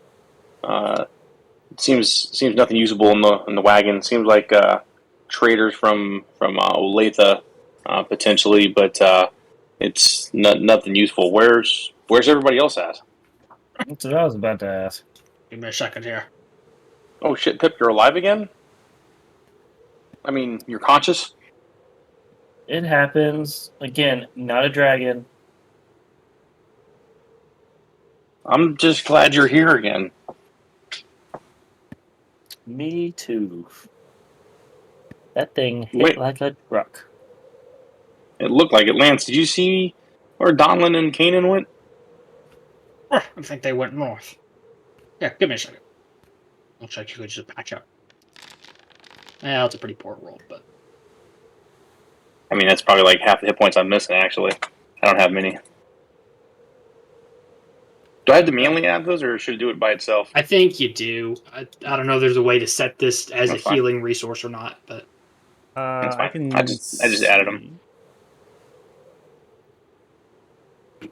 also I noticed it seems to have 2 resource pools, one of which is on the attributes tab on the front of, it's like attribute 2 poultices. It draws from that, but then there's also a separate resource tab, Yeah, so or a there separate is. resource that it draws from. Yeah, it's drawing from both at the same time. So it's actually they're linked together. So Okay, Um, because it's I tried changing one, and I could change one independently of the other. yes, I believe you can. I can remove, and so it only does the one. However you. Either way is fine, just as long as it comes back. Either we could say on a short rest or a long rest if I'm putting in the work, because it's 1 hour of work. So Okay. Yeah, we'll see when we come to break. I'll, ask Yeah. which one you prefer, what it's at in your character sheet. It's fine. probably the more valuable aspect to add would be just making it an actual healing roll, so I target somebody and it heals. I'm surprised it's set up that you just target somebody and it should do it like a potion. I just tried So, targeting Jax, and I don't think it did. So Yeah, I don't think No, it's doing it. It didn't, but I manually added the 8 that I got Yeah. onto my hit points already, so not a big deal. And For it's me, been, anyway. and it's been that way, correct? Or yes, just want to make sure. yeah, this is how it's been the whole time. It doesn't add healing to targeted people on its own. Just want to make sure. Okay. Yeah, little wish list item. I think they headed north. North Y. I don't really know. I think they went after the wagon and ran off into the. If you noticed, we were missing one. I guess we should go get them. We should. All right, so I guess everybody hop on wagons here and let's go get them. That's- I'm Probably coming, right. Timothy.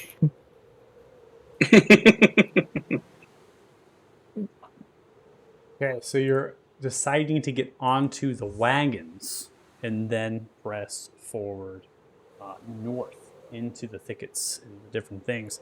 A journey to take a little bit longer, but Kalan and Timothy are willing to take you there as you begin to press forward with Yeah, my whole thing is I don't want to separate. I mean, unless we want to walk, guys, but I don't think we need to separate the party any more than it is right now. It's up to Pip and Lance though here, I guess. Yeah, with a half party, I'd be worried if we stepped away from the wagons. If the raiders tried to Mhm. attack again, they'd get what they want. Mhm. Pip just woke up from being unconscious. He doesn't want to walk. Oh well, excuse Gotta get yourself a me, mount, princess. sir. That is fair. Okay, Don't so need a mount. Got some legs. I'm gonna draw you, put you onto the map here, but I am going to not pull the wagons onto the map, signifying that they're going to be kind of off map and not want to get to the edge of the lake. So you're kind of just riding them as you're beginning to pull through. Before I bring your tokens onto this scene, we're going to go ahead and come back to the other. I'm going to go ahead and bring the stream view back and forth here. So get the stream view back. Pause this a little bit.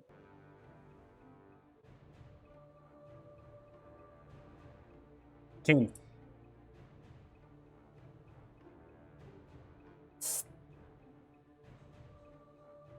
The world around you becomes dark and swallowed as the light begins to dwindle downwards.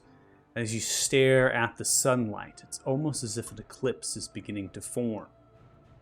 And then the shadowy energy begins to purge from the clouds as it billows into blackness. And a creature begins to form in front of you.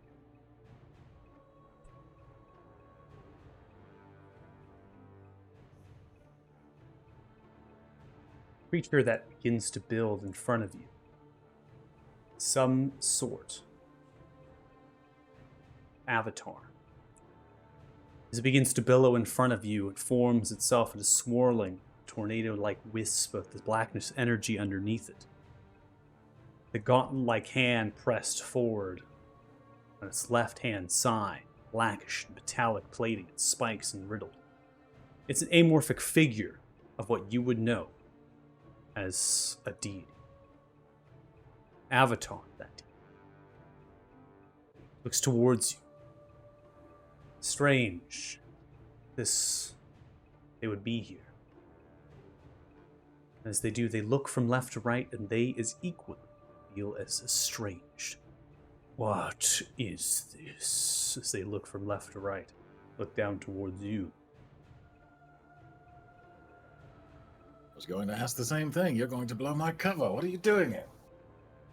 We are not here, but we are here. How strange. Such magic as this.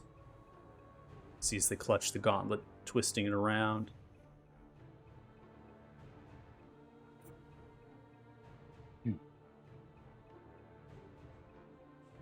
Look towards you. Begins to flutter and shape, and just almost as if the vision around you is kind of distortion. Sees the gauntlet continues to pull energy around itself as it holds it up and begins to shine different colorations of chromatic lighting. Looks towards you. You picked up a new trick. I have picked up many. Perhaps you'll have to teach me. As power, as capable as this, to pull me to this realm, but not here nor there. See as they smell the air. Clutch the gauntlet. See as, again, the barriers within this begin to cascade through. They hold the gauntlet in outstretched palm as the shadowy energy begins to fill around them. Call to me when you are safe, and we can speak. You see as the gauntlet begins to pull the shadowy energy, as they begin to focus it, clutching down, and the avatar dissipates. Voice is left. Howl is still there. The hole where Donlin was. Donlin pulling you to sea.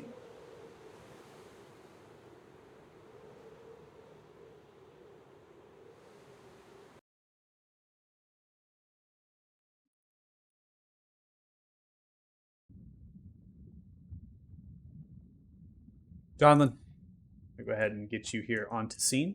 Are you here with us? Yeah, I'm here. Sorry. Okay. No, you're good. I just want to make sure because you're muted. Camera's off. So you can see in front of you the voice begins to emanate from, but you don't actually see anymore. They're gone. You can still hear their voice, pressing you to further go deep into this water. It is cold, frigid, ice. Cold. There is aquatic life down here, an ecosystem of its own. You can see in front of you 6 swirling pillars, almost as if they are golden sconces held these swirling colored glass orbs. Each of those orbs are a specific color. As they swirl the energy around them, there is a rune that is etched into the bedrock of this lake. The vegetation growing over it, it's visible in some stretch. There is a knightly figure standing tall, feminine in appearance, with a very odd symbol across their chest. They hold a sword outstretched and raised, wearing half, maybe full plate. It's difficult to tell as they're carved from the very rock of something down here. The voice of your ward continues to call for you. Donlin emanates from the statue. And in a moment, the statue begins to change to the giant you are familiar with. To look towards you with an outstretched hand. Come closer to me, Donlin.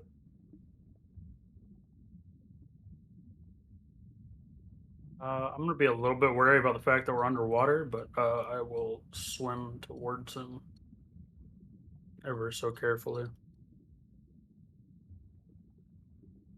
See as the giant looks down around, left and right.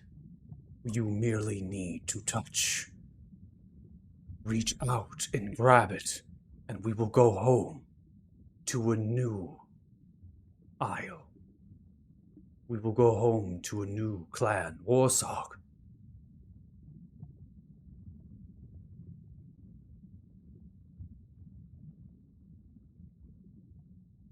Yeah, I think Donlin would touch it. Donlin people. called by your ward, charmed, dominated by the song of the siren that penetrates through. Even in this aqueous environment, you reach out for one of the orbs, the front one, which is spinning this goldish energy. For a moment, right before you grab it, some sort of image of a draconic head merges through in the light as it twists inside of the orb. You reach like a pulsating wave. Or that happens, dragging everyone else to the scene here on the South Lake.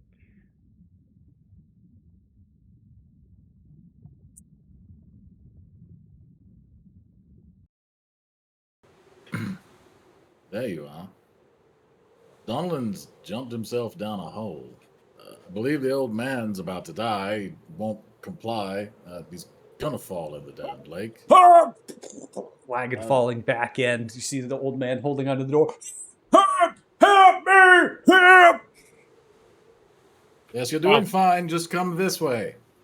Ah! Ah! You see them begin to go prone, crawling forward. Also, I believe there is fuck's something sake.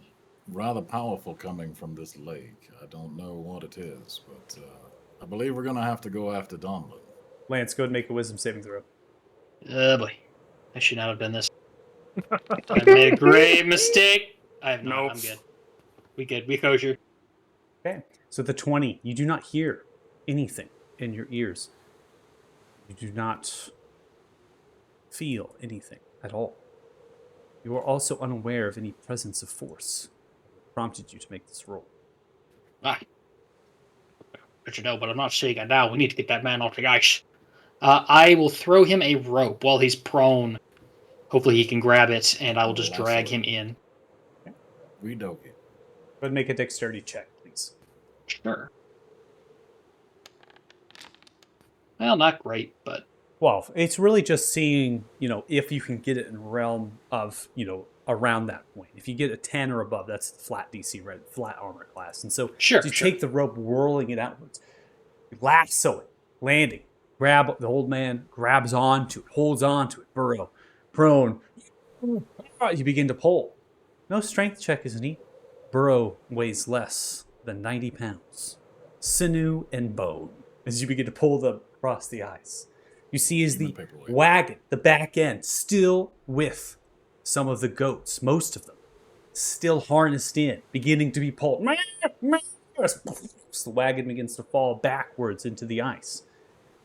And as you begin to pull the old human, in a sudden twist, you can see the actual ice beginning to change. The sounds of the frost and of the wind dwindling down into what resembles that of waves of an open water. That would be that powerful magical force I mentioned. Oral, is that you? As the That's Paylor's waves light.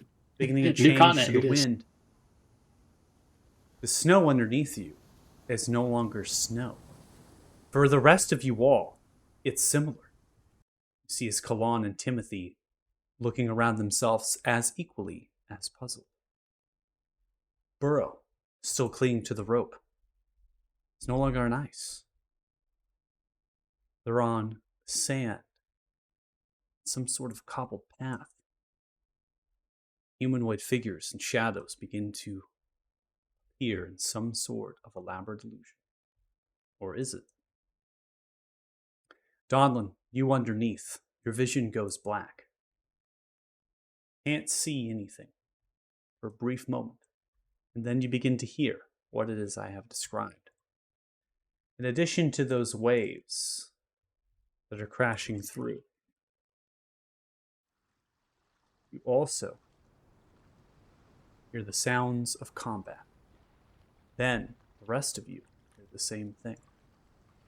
Shouting.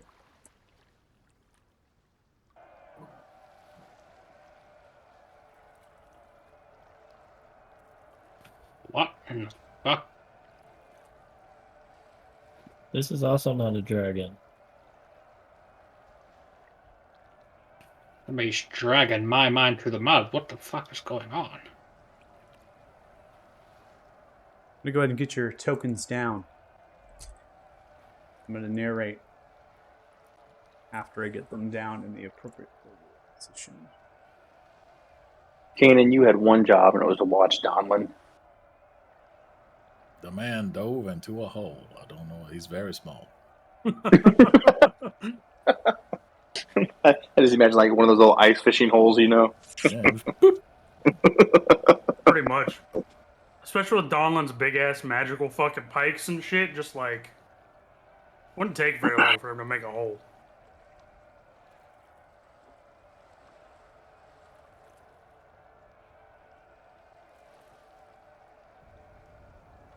What the? This is not where I parked my car. Yeah. Yo, where the fuck is Rob? Dead. He went down with the wagon. No, that man was tied to a bush.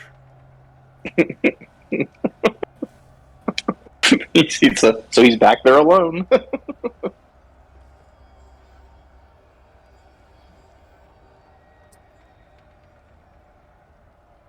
As your vision begins to change into what the illusion is, it becomes into material. It is real. The sand underneath your feet, the water at your backside as the waves crash. A dock, built rickety and old, pushes out into a bay filled with large galleons of ships, and an island that sits far out in this bay. Donlin, you recognize that island. You know that this is the mainland that you would watch oh so often. But where on the mainland are you? You don't know. Because what's in front of you catches your attention. A palisade wall built 10 feet high stands as a barrier to a village, rivaling that size of a town that is on fire by torch. Humanoids ride, split armor or plate or chain, wielding halberds and longswords, shields. They have colorations of tabards, green or red, with the symbol of Pelor adorned to them.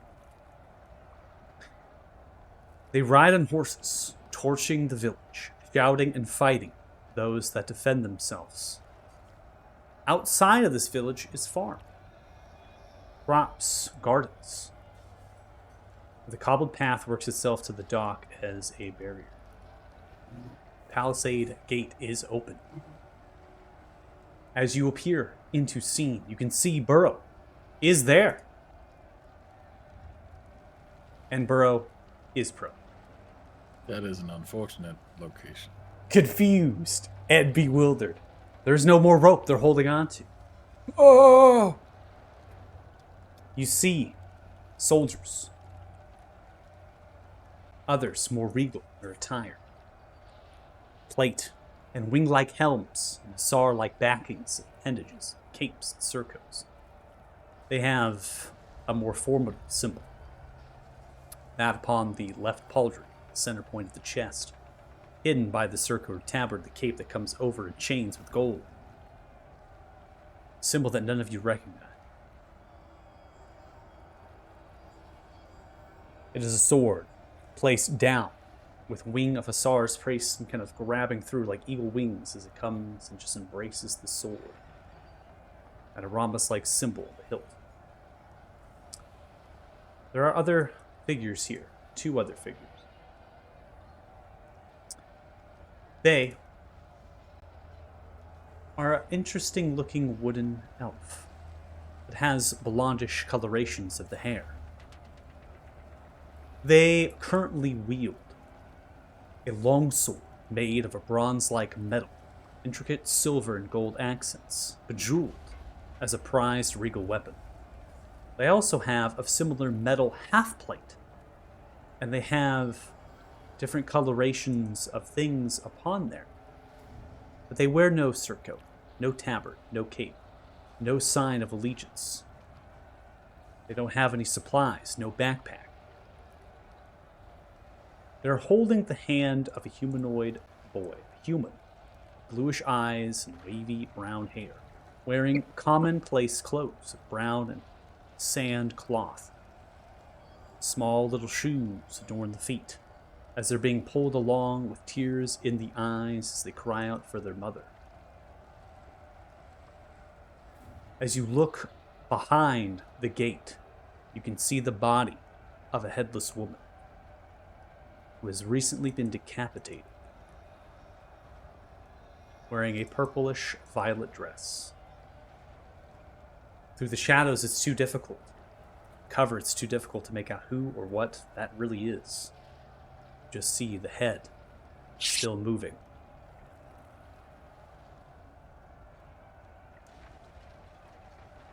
We're now going to take a break.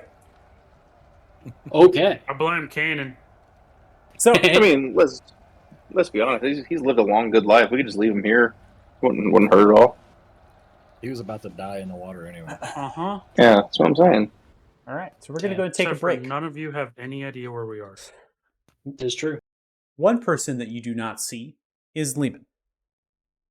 Lehman is not with you for some strange reason. But Kalan and Timothy are with you. Peculiar. Because he's You're a watching- robot and cannot dream? If you're watching the stream, thanks so much. We really appreciate it. We're going to go and take a 10-minute break or so. So we'll come back at about 7:34 p.m. PDT. Hopefully you join us then. Thanks so much. Bye, chat. Bye.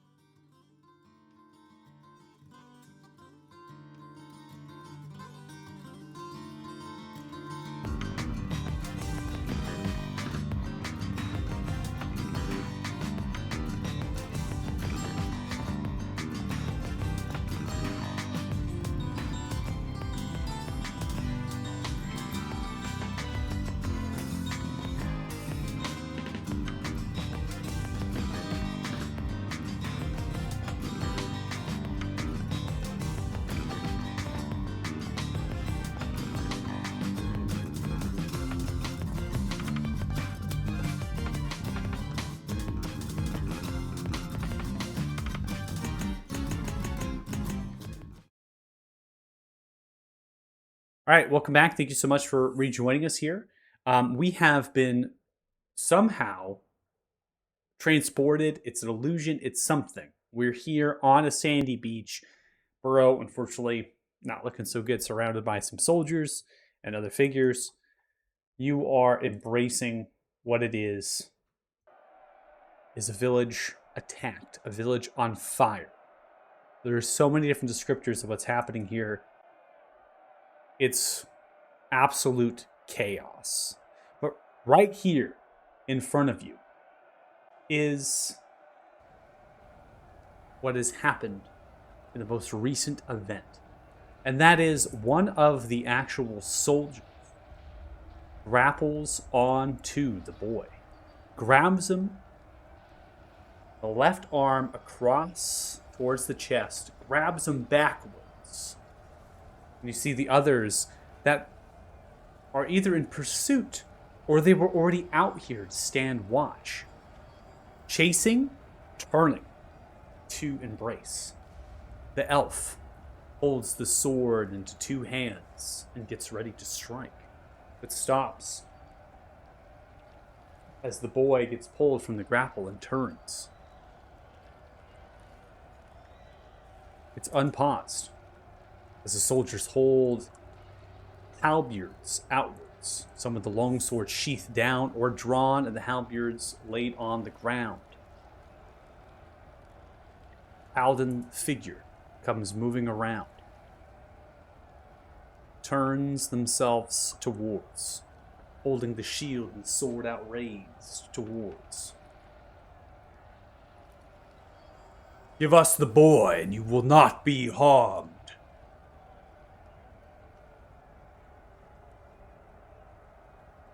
How the fuck we get here?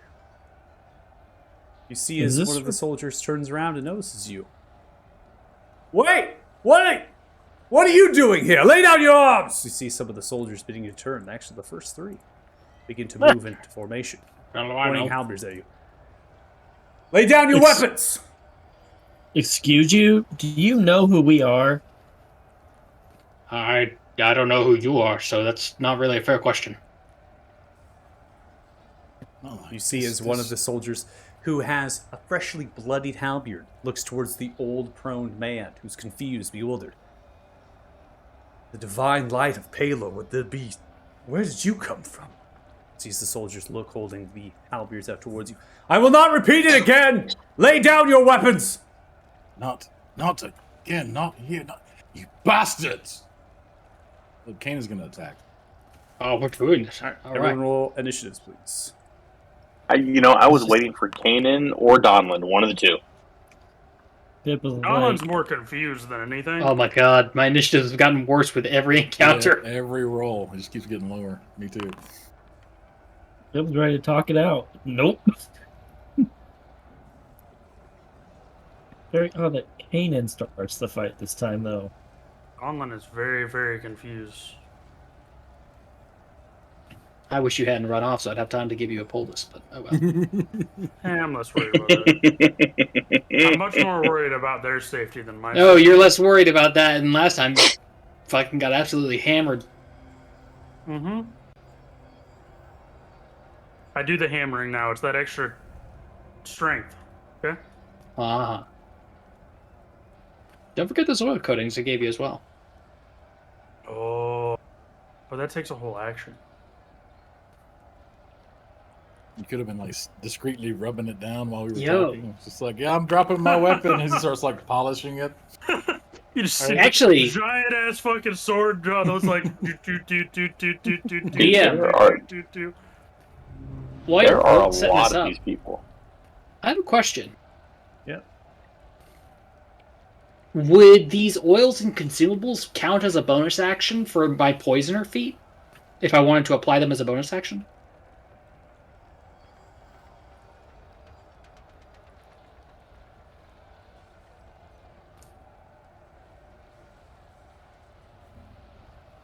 So, like, if I wanted to run over and apply something Yes. to Donlin's weapon as Yep. a bonus action. Correct. Yep. Huh. Okay, well, duly noted. Support roll. Support. I mean, you are playing a support role. I guess it makes sense for you. Yeah, I to got to go over and give his sword a You massage. get a little shine on there. Rubbing it Brandon's down. class, the squire, man. He's like handing out The weapons and polishing squire. stuff. John, my armor. Yes. Do you know little poisonous Okay. on there? Little shine for you. There we go. That's the Oh my plan. God. All right. Combat has begun. I'm going to go ahead and tone down some of the ambiance here. The shouting and the craziness that has occurred. Start our combat action music. Back up. Jax, you're up first. Are we really doing this? Oh boy. You don't have to. Um, All I'm saying is that we trigger initiative as soon as someone tries to take combat action. That is Kanan. Kanan is essentially going to be moving to attack, and so that triggers the initiative. As he rolls the Right, lowest so- initiative. Yeah, and then rolls the absolute lowest initiative. Yeah, that's why I'm. So what I'm gonna do is what everybody is gonna see here is gonna see Jax just hold his head like he's having a serious headache going on, and what I'm gonna do is hold and Eldritch Blast for whatever person Kanan goes and attacks. Okay. Does that make sense? Makes sense to me. All right, and then I will end my turn there. All right, ending turn, we now come to the elf. The elf, holding the sword, sees that you're beginning to approach. Begins to pull the blade down, adorned to the leg. As they pull the blade down, adorned to the leg, they twist and twirl their eyes in the direction of targets. And you notice the swirling of leaves around them as vegetation begins to curl up around. They don't show any signs of casting anything. And they watch and wait. Confident. They end their turn. Donna, you're up. I guess seeing Kanan kind of raise his hands or whatever he's doing to begin this, we are going to bonus action Giant's Might. For some of the Oh, because it's linked to the one on the other page that I wasn't able to edit. Because it's supposed to be my proficiency times. Oh, here. Hold on. 1 second. Oh, I got it. I got it. I can fixed- remove it. Okay. I'll remove it too if you want. No, I fixed. Okay. There we go. Oh my God! You just squashed Kanan and Pip. No, there's 100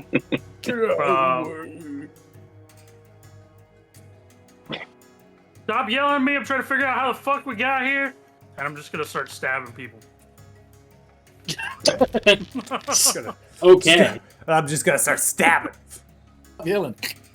All right, 12. On your first stab is going to be a miss. As you come for a stab, you can see that their plated, their splint armor they currently have on begins to kind of take the blow as they twist their bodies around, almost kind of parry your actual pike with their halberd, a little bit of a polearm kind of thing.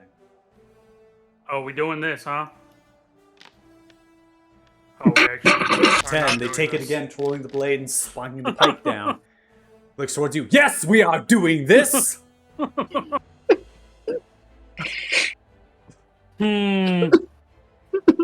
Donald's just kind of sit there. He's gonna look at his bike. He's like, "The fuck." And that will be the end of my turn. All right, so Place is magic. at the end of your turn, you are looking into some of the cornfield area, and you actually see there's Ralph munching on an ear of corn. Yeah, he's dead. He's so dead. He's so fucking dead. All right. So we now come to the boy. The boy is going to attempt to break out of the grapple. I'm going to roll opposing checks. Is unable to. Holding. Let me go! Let me go! Mom! Mom! He continues to cry, wildly swinging their body, lashing around from left to right. Ending the turn.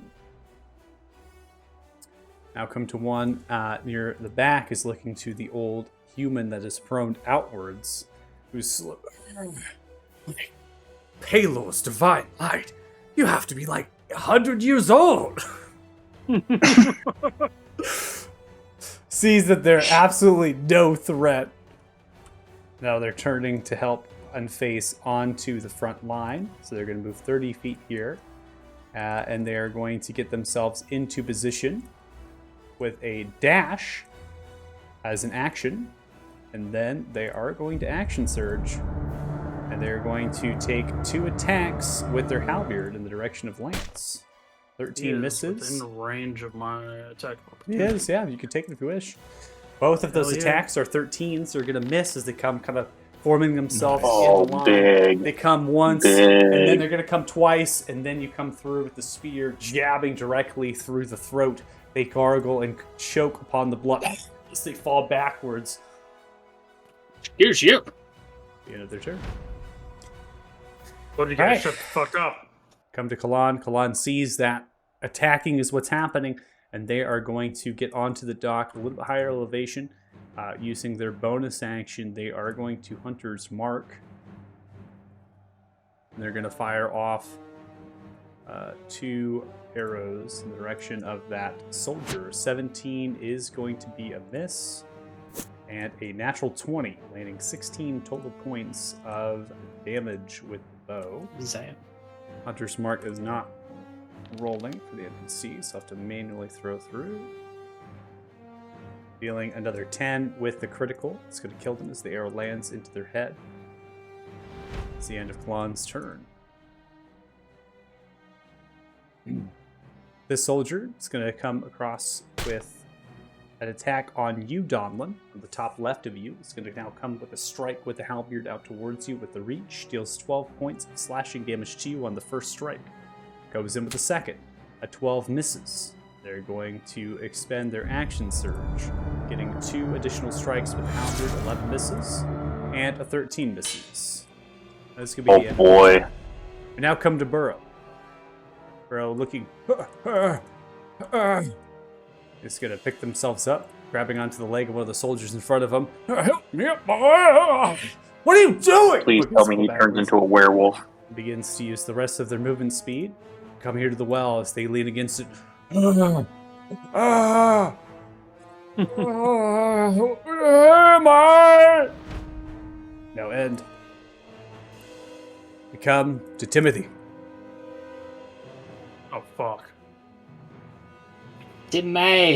Timothy. Well, Timothy has a hammer in their hand, pulled from the pocket. They grab the hammer and they go running up. Forming a line. Yes, sir, we go. Ending their turn. God bless Timmy. Fucking Timmy.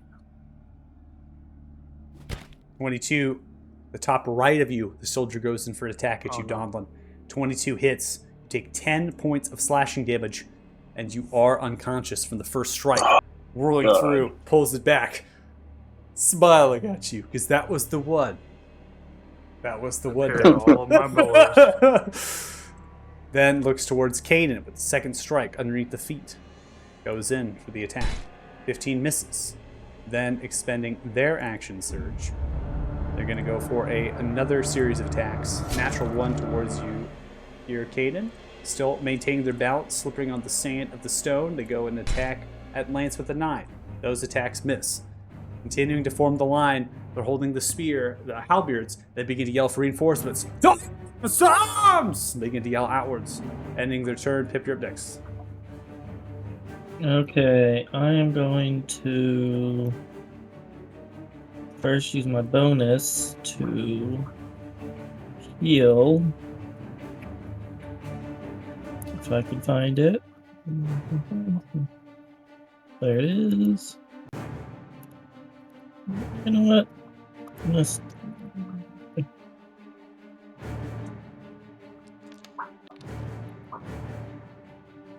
All right, bonus action healing. Donlin. Donlin, you are still prone. Does your Giant's Might end when you're unconscious? I don't believe so. Let's take a look at it.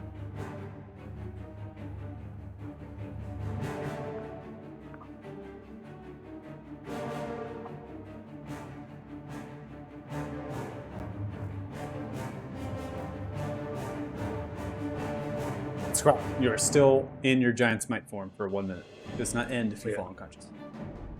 And Okay, then so he's going bonus to do action. something Mhm. kind of weird. He's going to use suggestion on this guy. Oh, never mind. I'm not. That is too far away. So let's go ahead and you know what? Let's have fun. He's gonna go invisible. Maybe if I can get it to work. Wait, can't cast a thing. Never mind. Already cast something. That's I'm just correct. gonna You mock used this. a healing Yeah, word yeah. as yep. You upcasted it So too, I'm so just you can only use a I'm just cantrip. gonna mock this dude. Okay.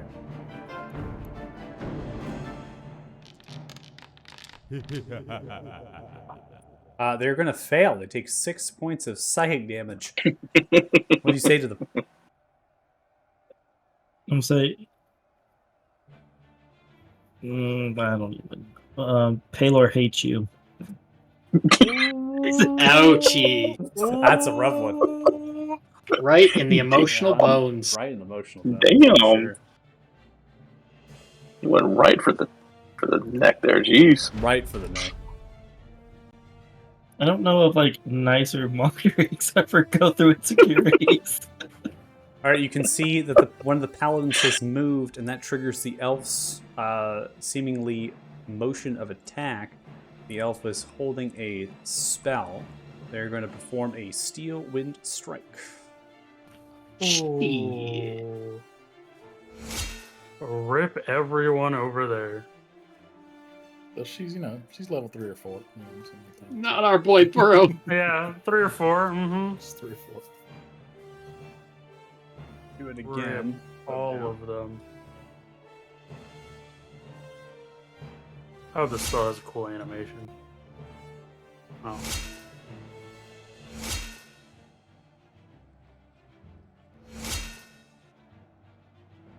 Damn the boy. Cue it. Oops.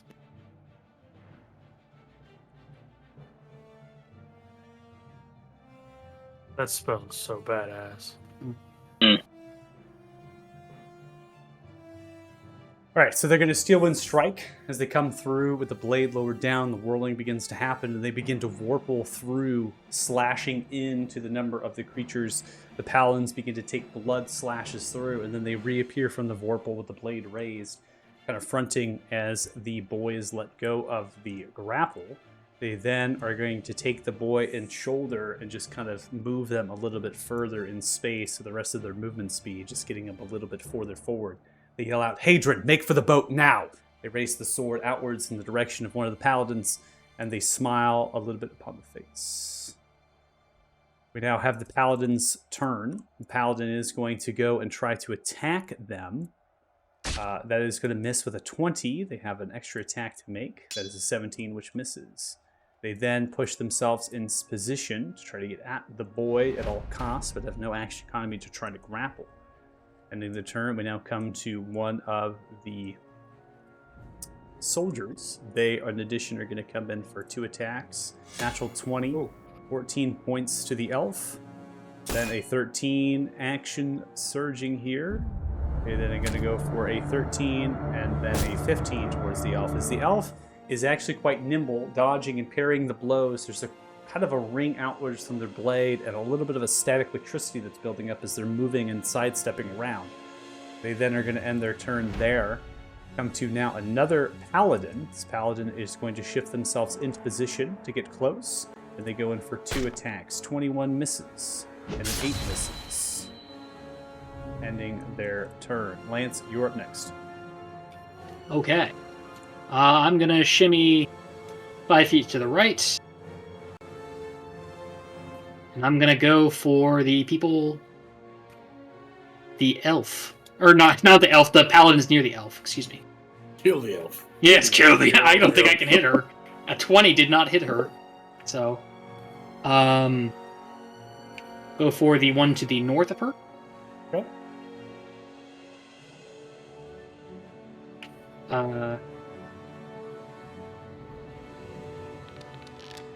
Coming for the sling, that is a 13. That will not land as you roll through some of the cover blocking, kind of taking an avenue as the elf is dodging and parrying the blows. The heavy plated armor of the paladin, the shield raised, bashes the bolt away. Okay, I'll go for the one to her left next. Oh my god, that's even worse. That's even worse Welcome too. to my Rolling world. the bullets, the cover again, and the plated armor just bashing these bullets away. Hunter or Horde Breaker attack on the guy to the north, and I don't know why it's giving me advantage now. Oh, you know what? It's probably forced because I was holding Alt to talk to you guys. So well, the 17 was the first roll. Are you okay with keeping that? Do it! You were doing the whole time, Cheating. David! All the way back when you I were was not MC. cheating the whole time. Cheating! No, I'm just kidding. You're fine. 17 is the first roll. That is a 27 on that. That deals 6 points of bludgeoning damage. Okay, and on this one, because I did connect, I would like to spend a martial arts die to try and trip him. So I will do this, add that, and he can make a, I believe, strength saving throw. Okay, so Since you're it trying doesn't to seem you're to have trying forced to, it. Yeah, so you're trying to trip the one that that you hit. Yep. The north one, correct. Shot him in the toe. They fail, so they're going to fall prone from the trip as they bash into the center point of their knee, and that 4 is additional damage, correct? Correct, that is additional damage. Putting 4 more. You know what? I'm feeling not very kind to this man, so I'm going to go ahead and mark him as well with another use of the favored foe. Additional 3 damage. All right, well, that's enough. As you smash the excellent. bullet into their knee, crush into the knee as they begin to breathe outwards, you see shrapnel from the knee fall through, and they begin to choke on it.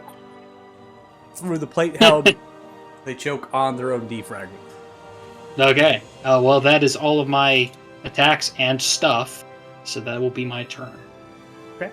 Get the combat tracker. There we go. All right, you see one of the paladins looking as their fellow has fallen. They look towards. Lowering their head, they turn their attention towards you, Lance, and they make a beeline, pressing through. They come directly for you, raising the sword as it glows with holy might. You will. They begin to raise the blade as they come in for a swing towards you. Question is, have I made a great mistake? 20 hits you. They deal 11 Yes, it points does. of slashing damage on that strike. They're going to do a divine smite, dealing an additional 4 points of radiant damage to you. Second attack Zowie, comes zowie. through on the extra. That's a 12. Noting the blade coming through, you now dodge out of the way of it, and it comes into the sand, glassing at the heat of the actual radiance of the divine smite. They look towards you with the face towards you, and a small tear falling down from the left eye. All right, Caden. Wow, we have gone through the ring. And you were the one to set this all off. I started it, And you're I'm like- all the way you're to like- the end, yeah. No, I'm going. His hands are just out, and everyone else is like doing shit. Okay. Yeah. It's like the come here. Yeah, right. You're like powering up the whole I mean, time. I think, yeah, Fucking anime. it makes a little bit of sense, honestly, given the circumstances. But yeah, I mean, this whole time he's just been staring people down and just shouting at them. And he's just, you killed them all. And for what? Your prophecy. Well, here is your prophecy. And he's gonna charge right into the middle. Let's see where am I at? Now, based on my understanding of this ability, I do not get to choose who gets hit with the amplified tentacle strike. It's everything within 10 feet. no. Yeah, so the amplified tentacle strikes you unleash every tentacle targeting each creature within 10 feet of you with a melee spell attack. The creature, you have no regard. That's one of the things about your class. We're trying to balance out the damage. The balance of the damage really is that you cannot target when you're doing it, so you have to just unleash upon everyone. Yeah, well, that's what he's about to do.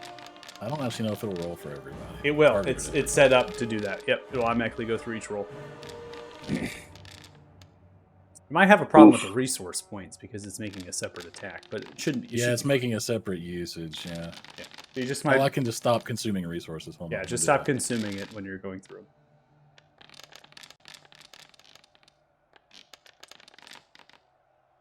So here's a question, Michael. We're going through rolls. I said I was going to hit whichever one Kanan went after. That's a little confusing now. Unfortunately, you cannot distinct with your ready, so your ready is going to fail because you have not met the criteria. You cannot differentiate between the criteria. Okay, so we're gonna go through. I'm putting 2 points back because that's where I'd be. Yeah. Yep. Okay. So as you unleash your amplification of your tentacle, we want to describe what that looks like. Yeah, so similar to what some of them had seen before, it's just a burst of multiple of these like shadowy tendrils just lash out from behind him, and they have hands almost, and they're like reaching for the throats of all these people. And for I don't know who got hit and who didn't, but for all of the soldiers that got hit, he's gonna pull them Oh, Jesus. closer to him. There's only And two if you- targets that are hit: the boy and one of the paladins. Both of them fall. Okay, I missed a lot. God, I missed on 21s and 22s. Oh, one of them was an 8. That's a natural one. Okay. 21 is probably only woman. Okay. So, or how far does it push? Is it 5 feet? The They're amplify. dead, but Yeah, so the amplify 5 is feet, okay. pull or shove with 5 feet. all right. Yeah, it doesn't matter then. Yeah, and he's gonna do it again.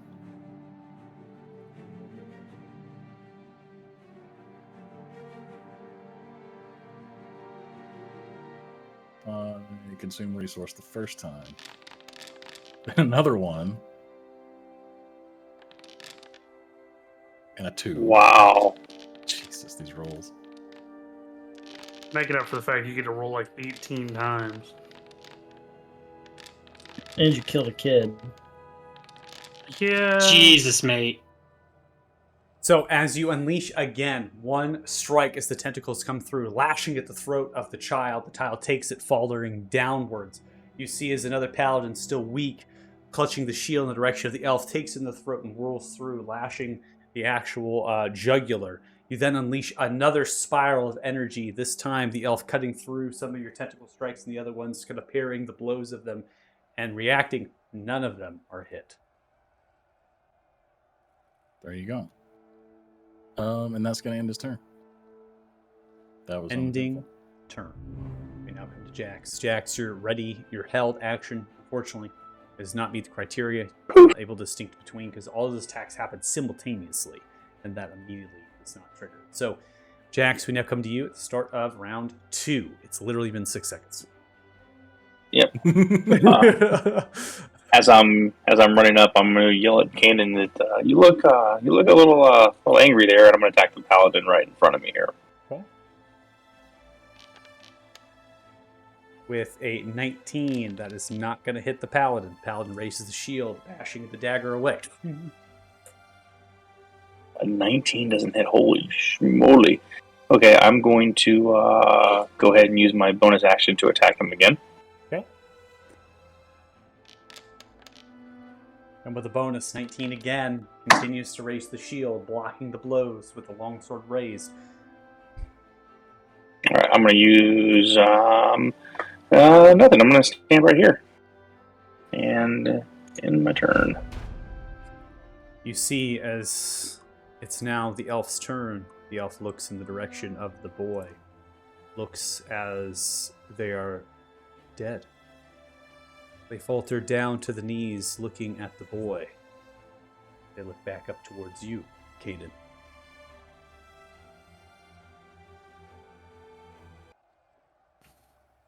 Rest in peace, Can.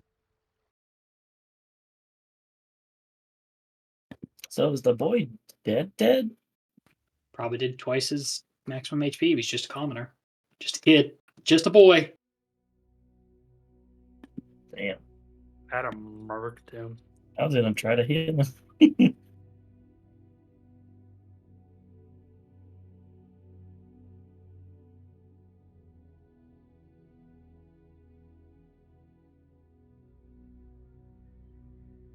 Oh shit.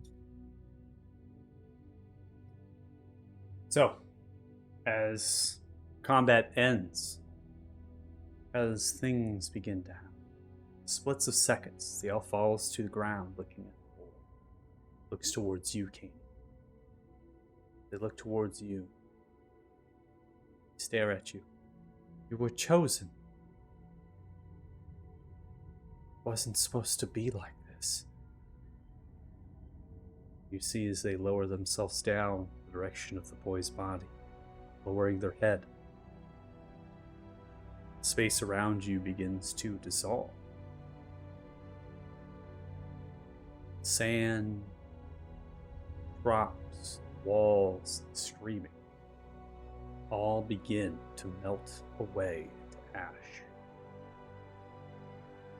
Others are still fighting. And as they're fighting, everything becomes slowed and stopped. In that slowness, they begin to just pull themselves apart.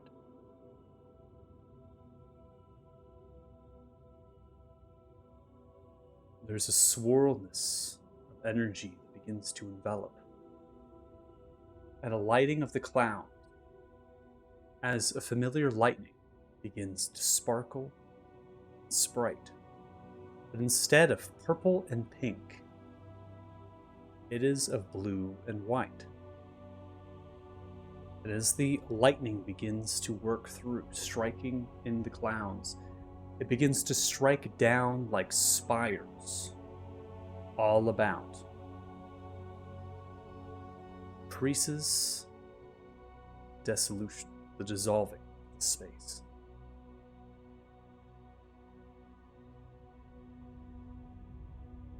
As the fighting begins to subside, and you all are here in the slowness of time, watch as yourselves, in the mere moments of seconds, begin to be pulled apart. There is no pain, not violent. Your vision goes black.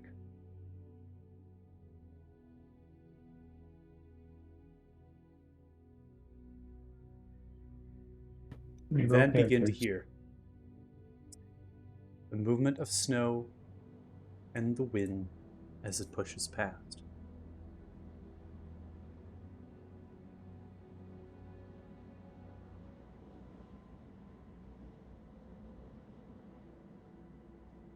As you pull yourselves to,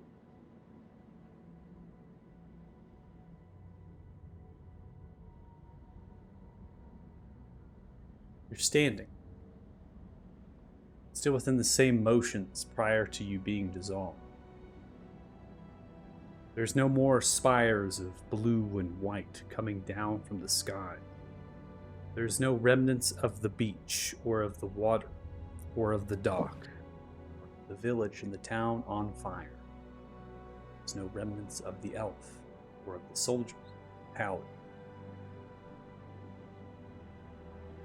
And you look about yourselves.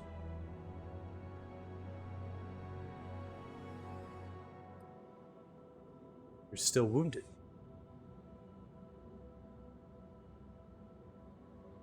Still bleeding.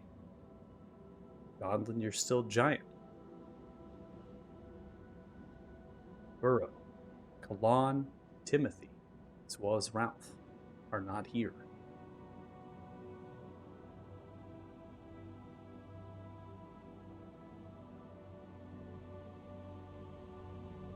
Is unpaused. What the hell just happened? How did- Where are the wagons? Oh, where's everybody? That was some strange magical force.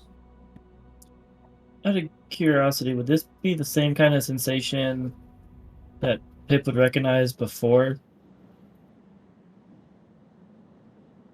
Make an intelligence check, please, or an arcana check.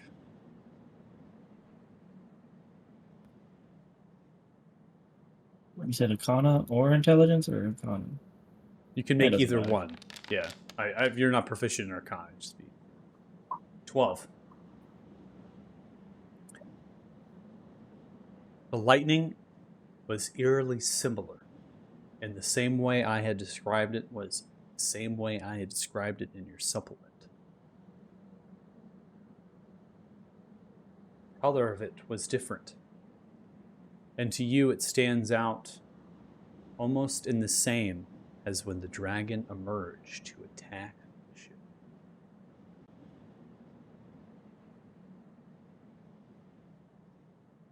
He's gonna keep that to himself a little bit.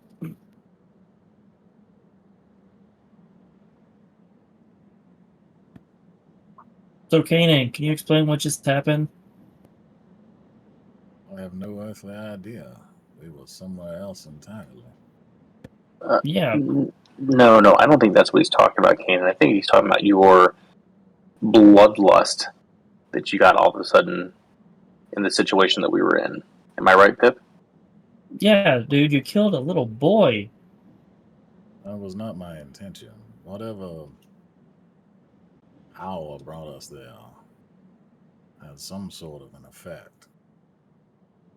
Do not believe any of that may have been real. Yeah, but the fact that you didn't know and you still killed a little boy, a little You more explanation is needed here. you act like you were yelling them like you've been through a situation like that before, Kanan.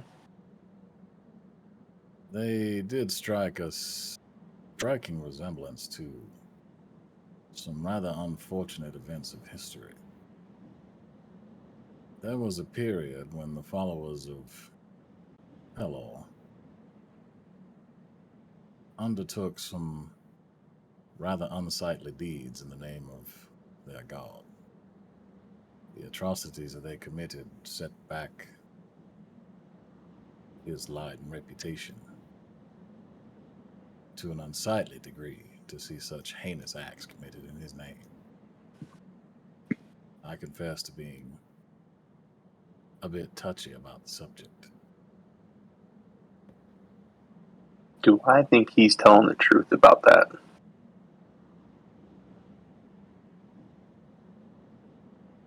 One way to find out. You can make an insight check if you wish.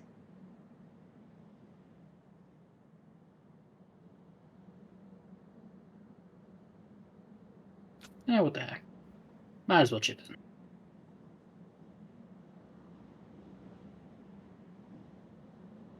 I don't think I disbelieve him, but I'm just curious if something seems rehearsed or fishy about it.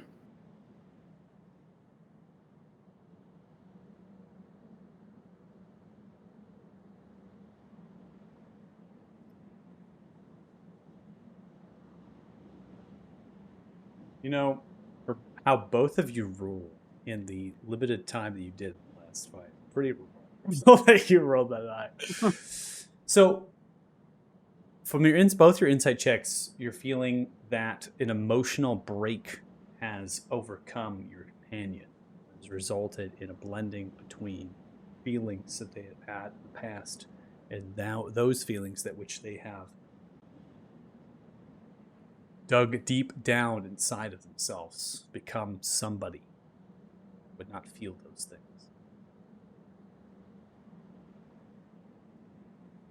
You sense there is truth in what the words they are speaking, but you also sense that there is still of the same that they have done to cover those feelings. Kanan, as you speak these words,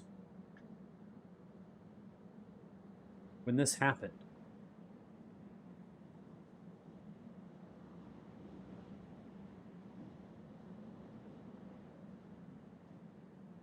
You can feel echoes.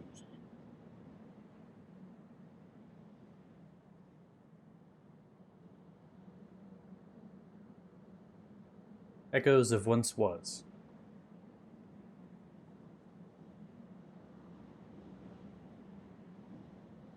You also feel resolve. That's your purpose. Your arrangement is righteous.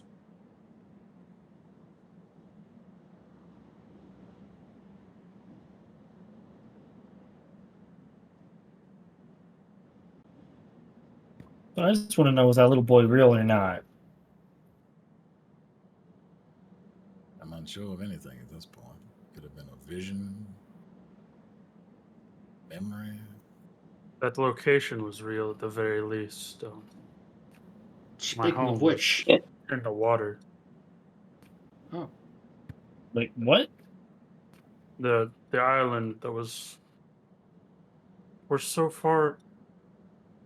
Donlin's just like cross-legged, rubbing his temples because he's trying to figure out how he got from there to Was- there. Doesn't make any sense. Speaking of such, what on earth possessed you to dive to the bottom of a lake, and what did you find down there?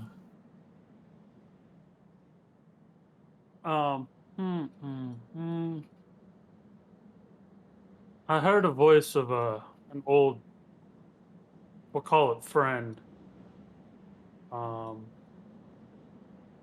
wanted me to come take a look at something. And there was a statue and some stones. Now that I think about it, similar colors to our stones, maybe. I wanted me to touch it. And when I touched it, there was a dragon inside the stone. And that's about all I remember. That would sound like the source of whatever power caused all this. But how do we get from here, there, back here? Where is here? This isn't even where we were. No, it's not, and we're missing everybody else except for our party. yes. As far as concerned, they were clearly there with us in wherever the heck that was, but they're not here now.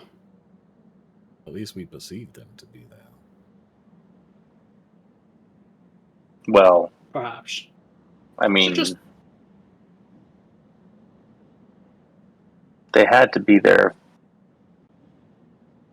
Well, maybe not because we're not in the same place. Maybe they didn't have to be there. Say, it's just me, or are we on the other side of the lake? I thought we were on the south edge. Now it seems like we're. Well, I guess we should get walking. Yes. Hold on a second. We're missing people from our party. Are we missing any Oh. any gear or items? Like, I mean, did we come out of there with everything that we went in there with? Now just some sling bullets, but Pip just looks at his ring. that's What? hardly a lost cause. It's fine. Yeah, I like all of my to. weapons. Your items are still within your inventory.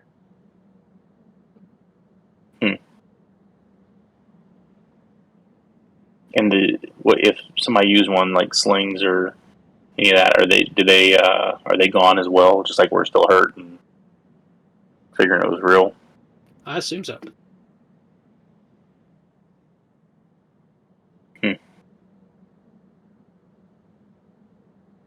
Don, where are we walking to?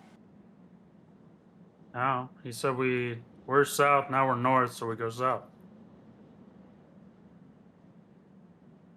How big is this lake, and how long will it take us to get around to the other side? And who knows? It's even still the same lake. Longer than it's going to take us to go through those mountains. So Very I true. wonder, if we were indeed gone, how long were we gone for?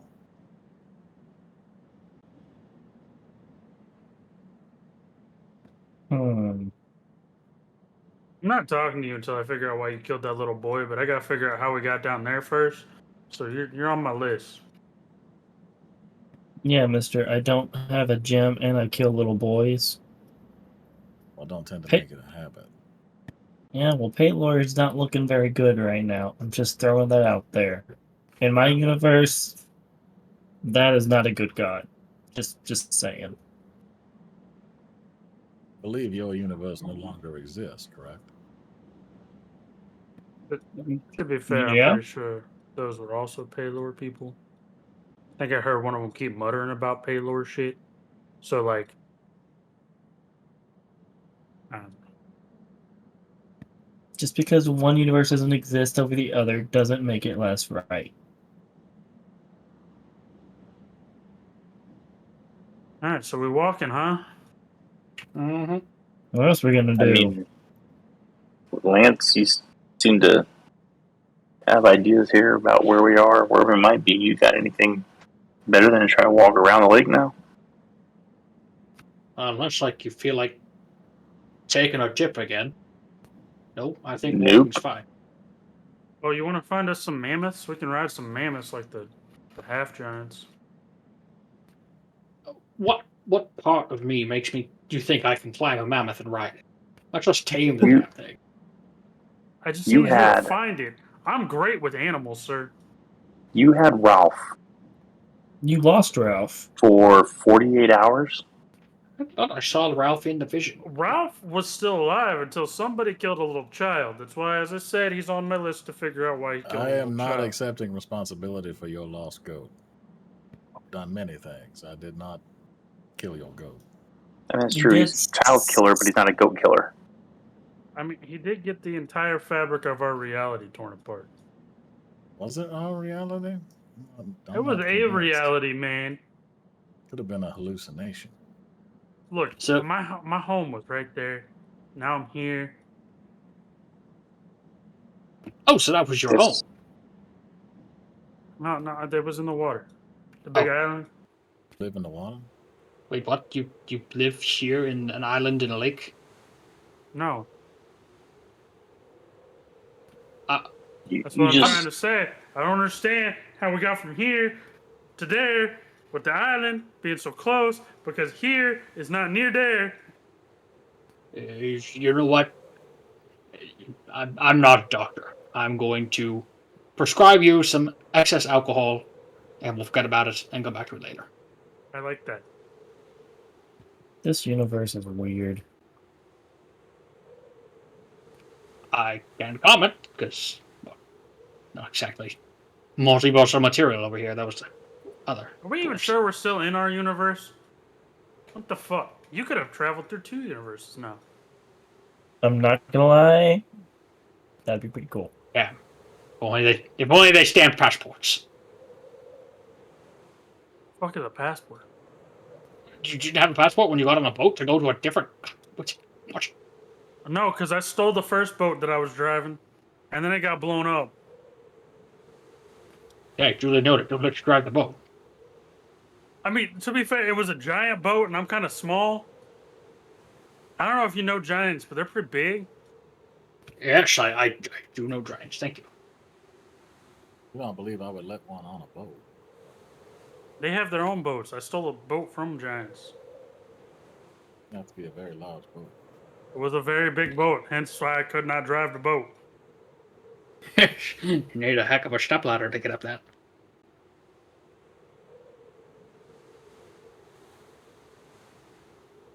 I don't know. I just can't shake this feeling that something's not right now. Telling me. Something's always not right with this group. We've been attacked by 2 dragons. We had to deal with a demon duke. We had to deal with the dwarf. Like, I mean, walking's so think probably about- the most normal thing that we've had to do Well, all day. So hold on. Let's go back and replay what happened real quick because I don't want to walk for walk's sake. Okay, we're fighting. Things are actually going much better than I thought. Kanan runs in the middle. Kanan, let's just say it was an accident, so we don't keep on calling you a child killer.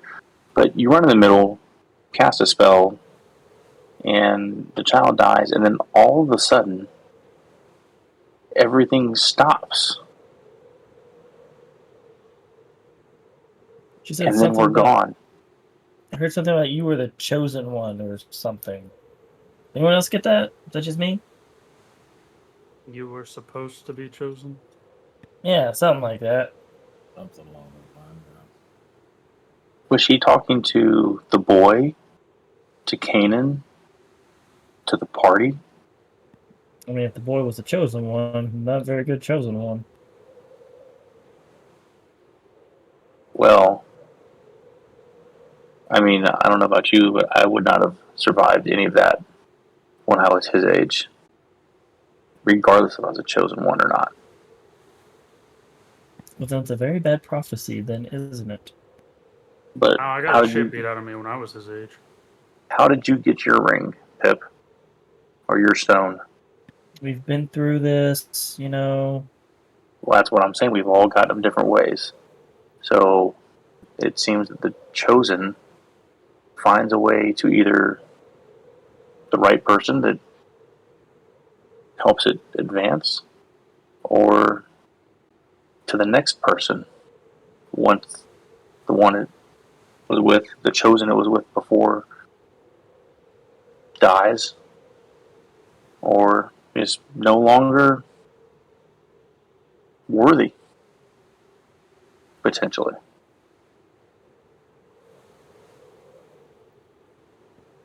I suppose. I mean, I'm just. I mean, I think I'm the only one that was given his actual gemstone by a stranger, but I'm also the We'll only one that just got transported to a different universe. So I don't know how we got the rings mattered. Maybe I don't know. I mean, I don't know. Let's just say that I acquired mine. So who knows if I'm even supposed to have it? So you stole it. Okay. Acquired. A liar knows a Well, thief. It's fine. and not going to harp on this either, but it just seems like there's something off right now with the way that sequence happened. Like, wish that elf powerful enough to just stop everything and transport us back here or somewhere else. I mean, It did you see the almost whooshy seemed- blade thing she did? Seemed more like she gave up. Like she failed her mission. So I think another thing to point out is how come I'm finding things to make my ring more blingy, but you guys haven't found anything yet. And if mine is connected to a dragon, I don't know. Have you guys talked to your rings lately? Actually, I have no. I have never What talked the to my fuck? ring. You want me to talk to a stone? Actually, I Did you don't- all lose your mind in there? No. Yeah, I can't say I make a habit out of talking to inanimate objects either. Just there's, saying. there's a dwarf joke about talking to rocks in there, but I'm gonna let it hang. Or eating rocks, but You don't eat them. You just taste them to see if they're real, like biting a gold coin. did you taste the sand to see if that was real? No. The fuck kind of dwarf are you? Just put Because eating dirt would mean I get stabbed in the back. Frankly, I like my back pretty blade free, if you ask me. Wait a minute. I have an idea. We killed people in there. Does anybody got any of their blood on them? Because if so, that must have been real. I mean, I didn't kill anybody. And my pike covered in blood. I got stabbed, but I got I cauterized. guess my pike would have been covered in blood no matter what, because I stabbed Yeah, a why lot of is it motherfuckers not? with that shit. Yeah. Probably not a useful measurement. Does anyone got any of their know that they got any new blood that's not theirs that they didn't have before? Well, what we do know is whoever was hurt in there is still hurt now. Yeah, but mine can be a weird thing, possibly. But blood. These are physical blood. wounds. These are Yes. physical wounds, lacerations from the Halmbury. You see this right here? This is going to make a nice scar. I can assure you it's very real. Oh, you'll be okay. And Donlin will like slap it with the back of his hand. Not gonna be this. Okay. Listen, jackass, if you don't want your meds anymore, just let me know. I'll cut off all the medical supplies. I'm just trying to toughen you up a little bit, take a little bit more blows. That's all I'm saying, man. Look, like, a little bit of dirt and it'll be okay. Isn't that pretty much what you I'm do? already Dirt tougher than you, leaves? chump change. The more I think about it, I really think that that was all real, and we probably witnessed the end of another universe. Just saying. Did we witness or did we cause it by killing the boy? How You does know, the- tomato, how does- tomato. How does the fate of an entire universe rest upon one mortal being? I mean, what caused my universe to collapse? Was it already collapsing, or did it collapse when I got pulled? Somewhere in the multiverse, Mistra's having a conniption right now. hmm So that's just my expert opinion on the matter. Seeing I'm the only one that's called myself an expert. Yeah, You know, man, I hate doing this. There is one thing we can do to ask somebody oh that yeah, may ask your know. friend.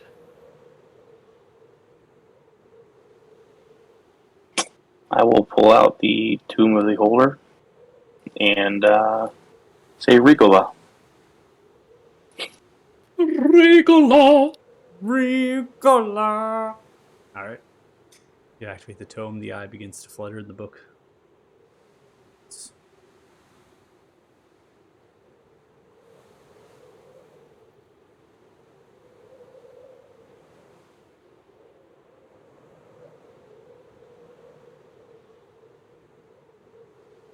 Are you going to say anything to it? Oh, I didn't hear you say anything. I'm sorry. I must have cut out. I must have cut out. Oh no! I said you speak the command word. The other eye at the front of it flutters, and then the book folds open, and moves the pages, right, asking for what you're directing it to do. Are we in the same universe or dimension that we started in?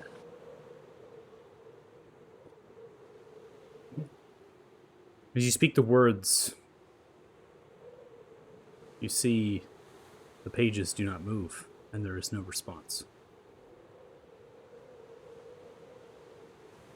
Remember, he can't ask. You can't. He doesn't know about us. You got to ask him about the other place. Because we're like protected or something. That's a good point. Is Whatever. What was that?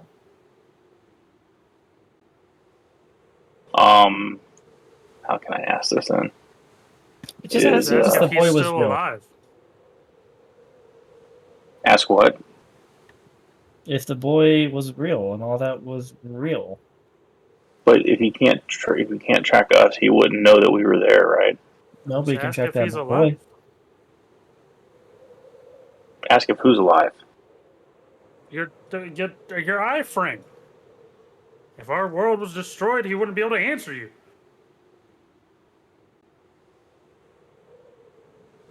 But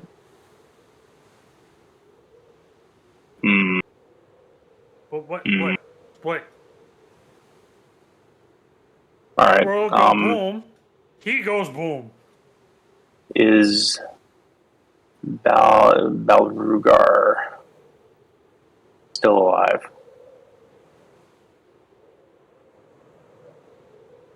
You speak that word, you hear a connection and a voice begin to come through. The voice is that of Balrugar.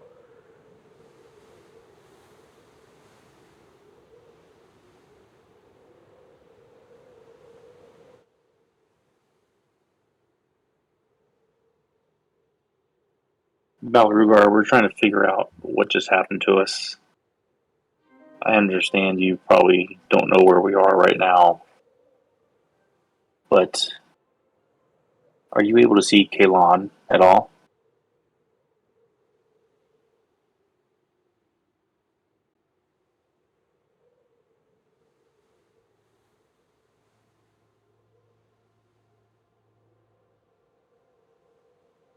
Who is this?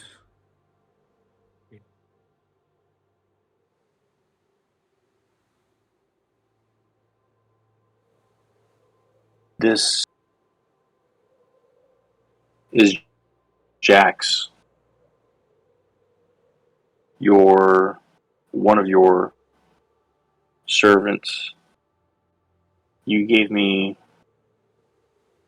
powers to help defeat Damodar.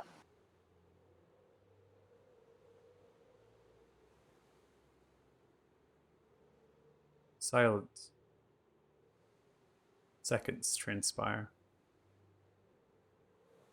Jax. I do not know a Jax. What magic is this? Speak to me. An ancient tome.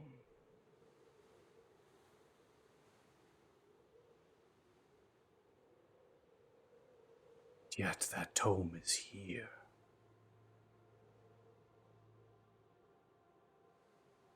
Is in my robe. Did you steal it from me? Oh, I didn't steal it from you. I'm guessing that in another dimension, universe, I don't know the right term, you gave it to me to help fight the Master of Dragons, Damodar. Do you know Damodar?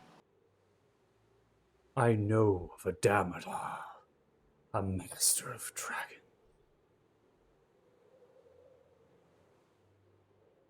This is a trick. You will not fool me. Is the tome within your hands begins to move, wobble, vibrate with energy. Begins to fall apart. Fabric and sinew.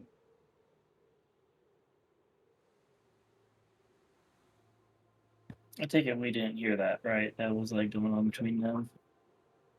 Entirely up to you. You would not hear Balrugar's voice, but you could hear Jax. Jax was speaking out loud. I just lost my tome. Tome of the Holder is destroyed.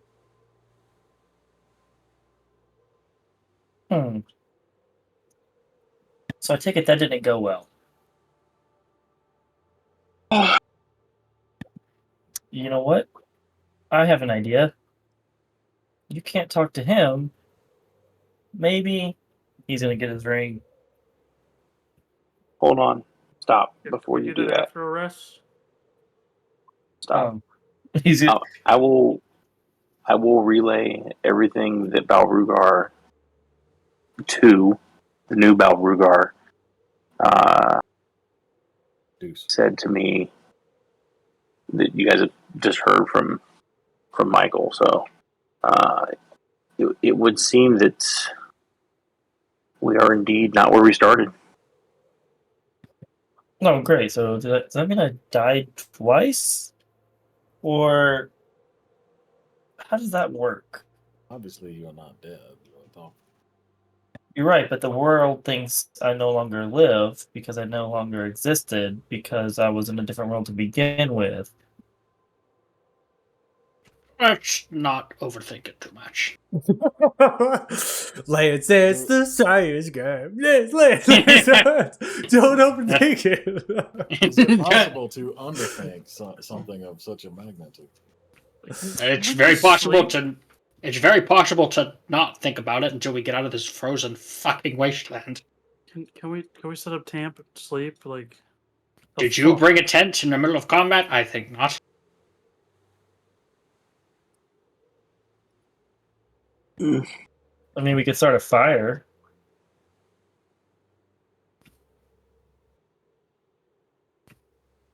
fuck it. If we're gonna camp out here, I might as well do it correctly.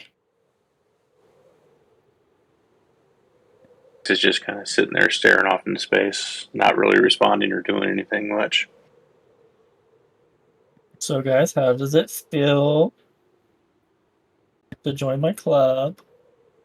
We don't even know that we're sure that we're in your club. Why don't you just simmer down over there? Look, man, this is a lonely club. I'm just gonna say you guys are accepted. I've seen how you talk to women. You're gonna be lonely no matter what, so it's fine. Still fine. Wow. You see me That talk was low, to bro. a woman. That's Look, fine. man, he's So trying to low. indoctrinate us into this cult about worlds being destroyed. I ain't having it.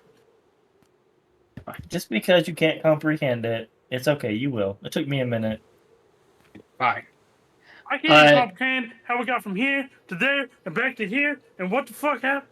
Look, man. What's I'm it? still not All right. convinced we know where he is. I'm still not convinced that we didn't go through. That was my third or my second universe being destroyed, because it's the one with the boy count as universe being destroyed as well. Let's do the time warp again. Okay. Oh. You're brilliant. He's a man of science. You're gonna go back in the lake, aren't you? Nope, Yeah. no, you are Donald's not gonna going go back to in. the Nope. lake, and Nope. he's gonna start breaking the ice. That does seem to be the Okay. catalyst that started this whole problem. So you're still Fine, technically you- on the north side. You're beginning to move over into the direction of the others. So Let's at least are you flank around the south crossing side of the over lake. the ice, or are you just gonna like? What are you? How big do is the you- lake again? It's like miles, right? Yeah. So the lake itself is 10 miles. An actual. Just put a doggy paddle. It's fine. I'm just No. wondering how you're gonna do this. Uh, That's Nah, I'm gonna walk I farther. guess we're hoofing it then. Yeah. We're just gotta No get to the cap. other side. okay. All right. So we're hoofing We it should on be the able to west do it side there. or the east side? What side we get attacked by giants? On the west You side? got attacked We're on the going west east. side. So you're gonna go east, clinging to the mountains. Do we want to rest first? I can make some food. I have an iron pot. I'm doing all right, but most of you look a little worse. Well, we should probably. It'll take Can't you do in that. this terrain. Luckily, you do have a ranger with you. This allows you to traverse at a distance and also keep you alive in certain regards in the elements. You're having to brace these elements. The snow is coming down. You're going to get onto the east side of the lake. And as you round the lake, you have to know that it's going to take, if you're going to get to the spot that you were prior, it'll take you over 24 miles to actually get there. So That's how like a day of large forced the lake march, is. right? Yeah, that's a day of forced march. So you are already into this day. You've already battled. You're tired. You're fatigued. You wear that on your bodies. So you will need to find a spot to long rest before you can return to where you were on the south side of the lake or on the trail where the wagon or caravan would attack. If you so choose, right, you can try to find a shelter. You do have a ranger with you. It's good in survival. You can also use your own tools together. And perhaps I you have can- carpenter's tools. Yeah. Temporary shelter. As part of a long rest, you construct a lean-to or similar shelter. So yeah, so we can get a shelter going, right? So these are all things that are feasible in a survival scenario for your party. But right now, you do not have anything that will help you in the environment currently, except for your own skills and tools. So with whatever you decide, right, you have to figure it out. But you cannot get to wherever you were prior on this day because you were too tired. Mm-hmm. And the cold's still not affecting me, right? That is correct. Yep, you do not feel the cold. But does it affect me still? Like, just because I'm not feeling it, is it still affecting me in any way? No, it does not affect you in any way. Okay. So for the record, Pip is acting like it does. Okay.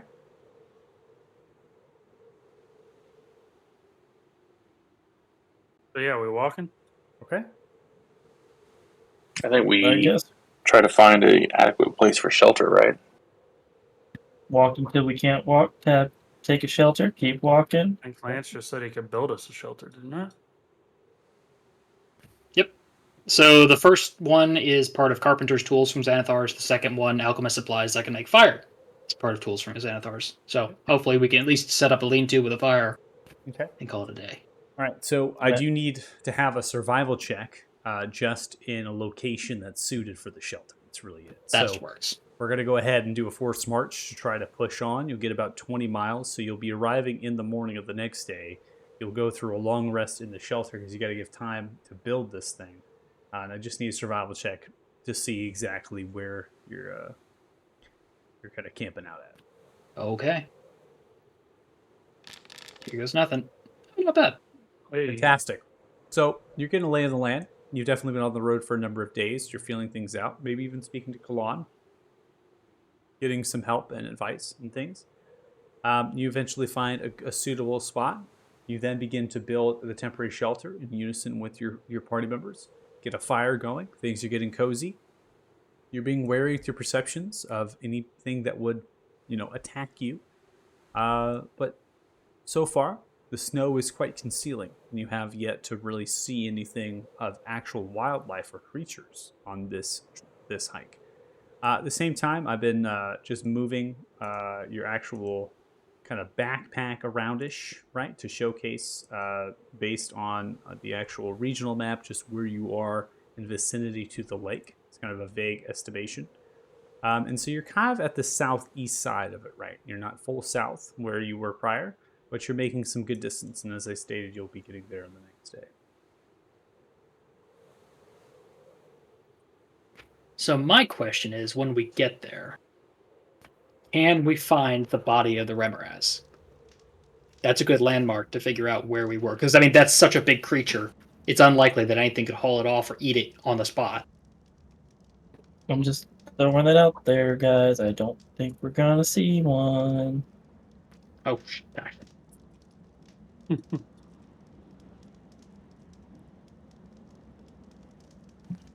need to go meditate and have some prayer. Sort out Yeah. what's happened today. I suppose I have some work to do. Make some more medicines. Tips gonna look at his ring. Yeah, meditate. That's what we gotta do.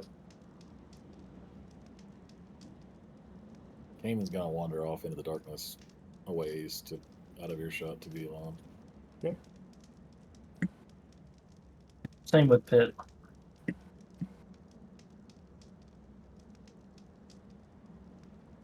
Once he's convinced nobody's listening, he'll just quietly call out, "Can you hear me? Where the hell are we? What just happened?" Go make a religion check.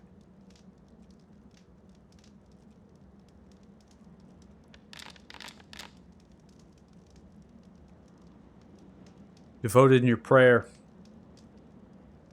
you see the wisping of the snow slightly begin to shape into words.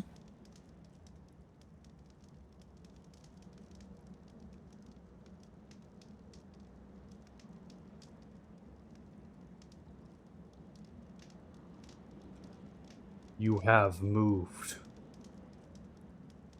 through time.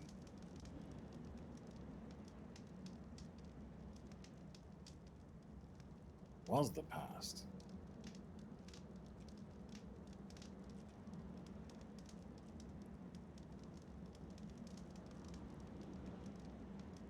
Does that mean our present is now different? Is this a different world?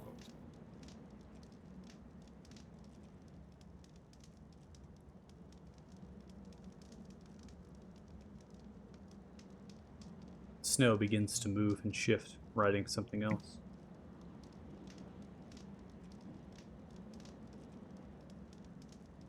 Something pulls you to a path.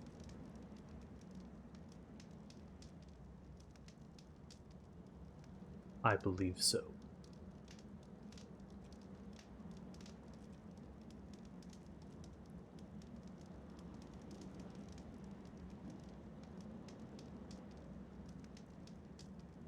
Child was, it must have been important.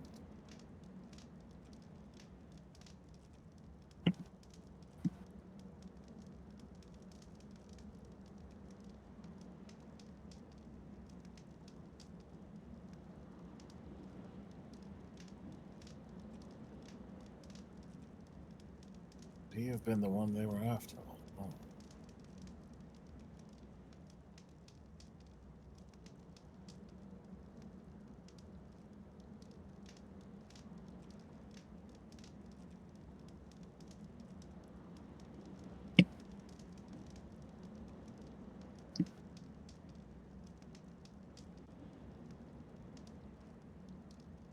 Nothing to do but go forward now.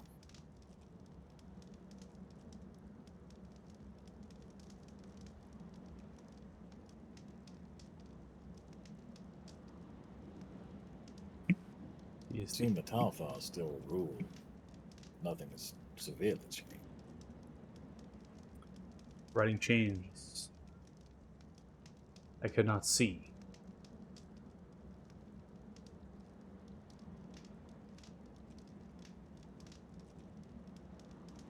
Forward to vengeance.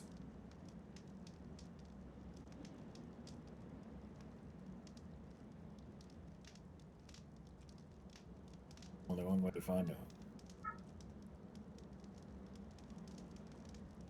And he'll wander back to the camp. Snow whirls, pulls itself, wander back to camp.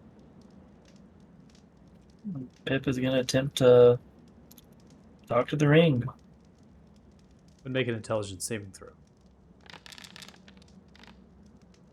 Bracing your Boom. mind against the barriers to begin to open up a connection, bridging forth. You hear the voice of something emanate through. How did you survive? I am the true master of dragons, unlike your fake Deceive. Master. Oh no, I do not deceive.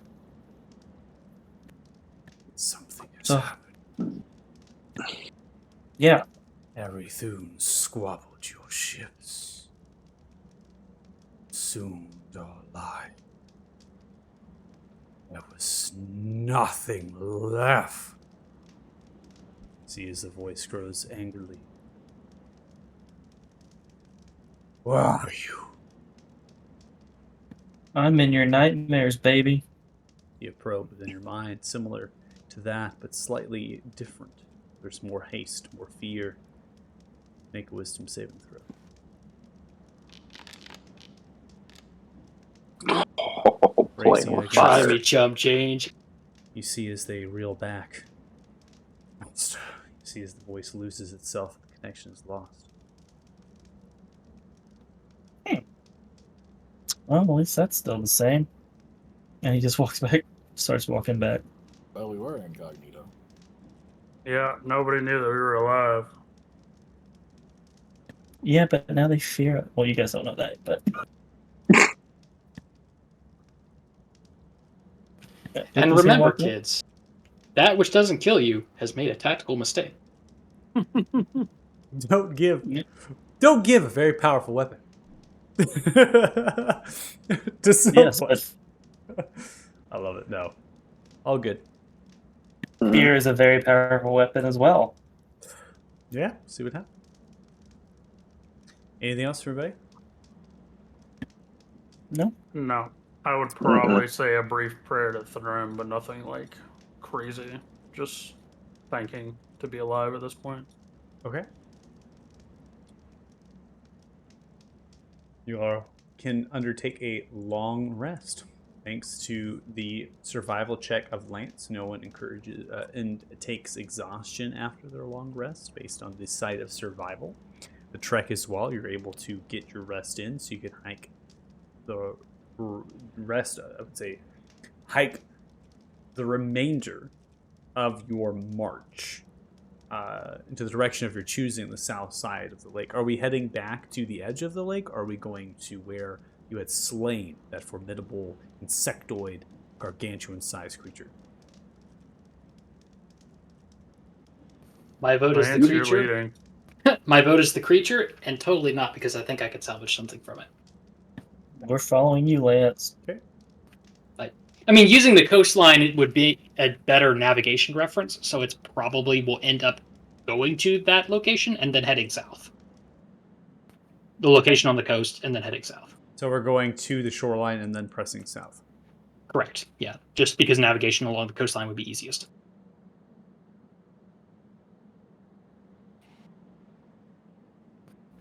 Well, here's your fucking freezing cold swimming hole. So, be my guest if you want to kill yourself.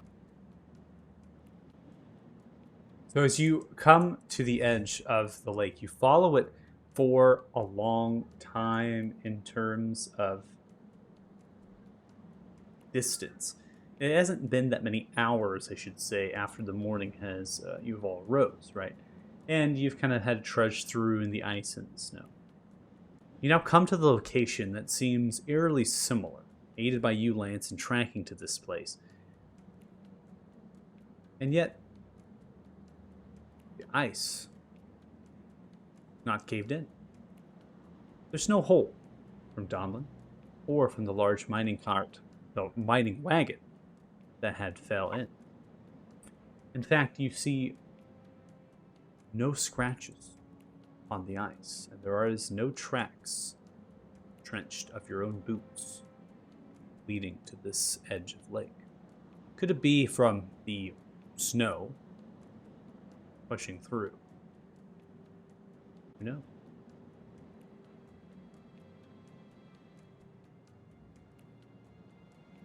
But there's only one way to tell.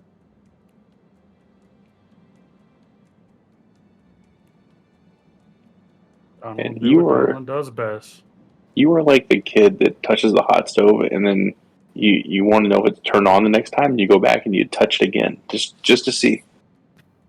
Called the scientific method. Verify, verify, You're verify. Right? I mean, Well, that last and time it's- we destroyed a universe. What's the worst that could happen if we do it Yeah, I again? was going to say that, and if that was just time travel, if we go back and fix it.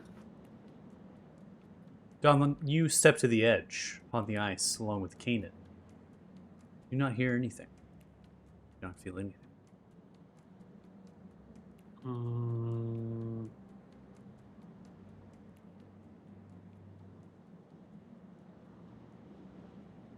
I don't feel drawn in as I did last time.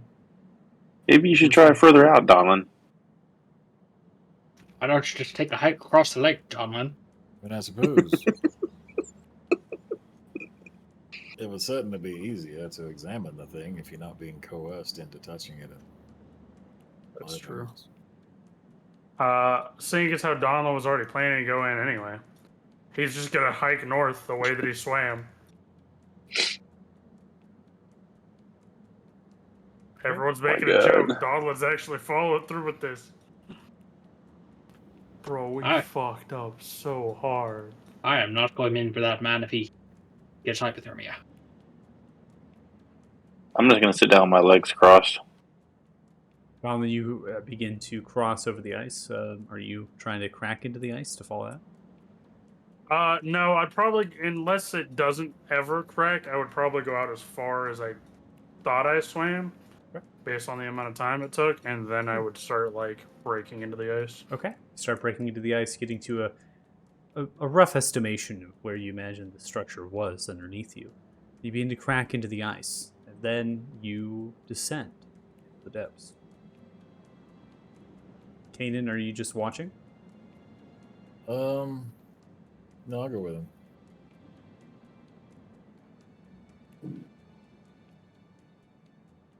We have no way to talk when we're down here. Nope. Oh, fuck, they're not glowing. Oh, fuck. What did you do? Oh, you have fucked up.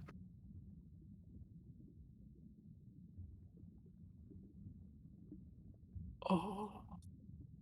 Following the stream view to scene, you notice as Donlin and Kanan delve into the hole that they've created in the ice, the rest of you staying to the shoreline. As you begin to descend to the depths of the freezing cold, you feel it upon yourself. It's wild how frigid it actually is in the water. Donlin, when you were down here, you were charmed. You barely had felt it. It was pulling it away, but now that cold and that chill is seeping into your bones. I need both of you to please make Constitution saving throws. Yes, of course, the one time I rolled.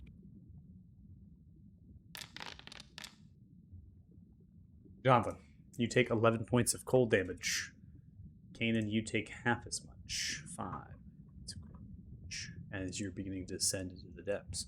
You reach a distance of where you can see the structure in front of you. A tall statue stands roughly 16 to 20 feet tall, a sword and drenched rays pointed forward. This is identical, Donovan, in terms of the descriptor I had provided before, except that the crystals that are placed are not aglow. There's no swirling energy about them. There's no hum. There's no energy. Nothing. Seeing as how I don't want to be down here very long, are they loose or are they actually like in a pillar? Like if I was to swim up and try to grab the crystal that matches my colors. You swim up. You reach towards one of the crystals.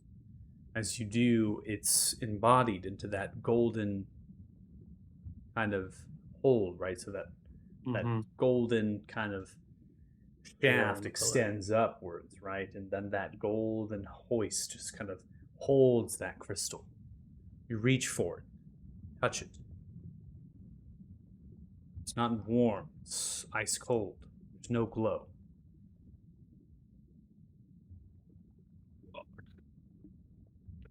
Donlin will begin to swim up towards the hole that they made. Is there writing anywhere on the statue, the pedestals, anything? Make a perception check.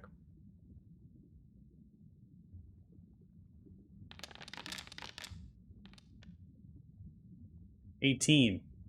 You can see on the statue, approximately at the calf to knee region, there seems to be some language written and inscribed onto the statue, tucked underneath some of the underlaying accents of the armor. It's chiseled and marbled in. In addition, the runes that span around, language that you do not read or nor understand. And as you embody the eyes of the runekeeper, language itself begins to unfold towards you. Now noticing of what was and now is, it speaks in a cryptic riddle. It speaks to a point in time, a date, as it repeats over and over and over again. That date is eerily similar to the attack on Reveal.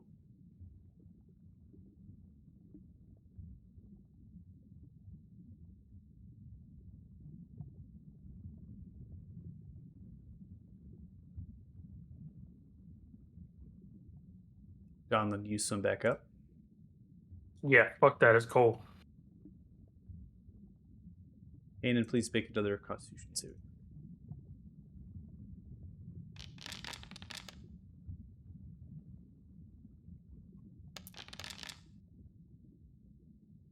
Take 5 points of cold damage.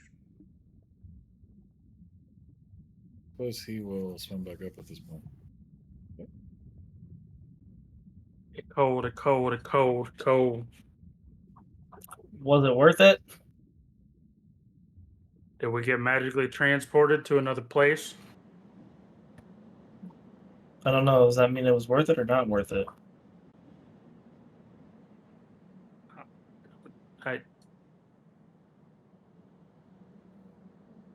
Well, the device down there would seem to confirm what Hello told me last night, that we travel through time when it previously did whatever it did. Told you. Well, Yeah, but maybe not the one So part. when I was down there last time, it was all like glowy and there was magic and you could touch it. And that wasn't there now.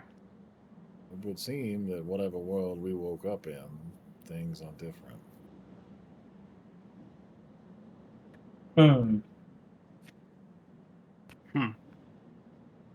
So out of character, you were able to read the date. I'm not going to give you the full date because that's just more information for you to remember. Just know that it was 22 years ago in terms of time. So, not entirely sure how your age of your character is. But that would put you, based on your story, because we kept that a little bit vague, based on you not really knowing, but that would put you around similar of age. Okay? You kill yourself? Kind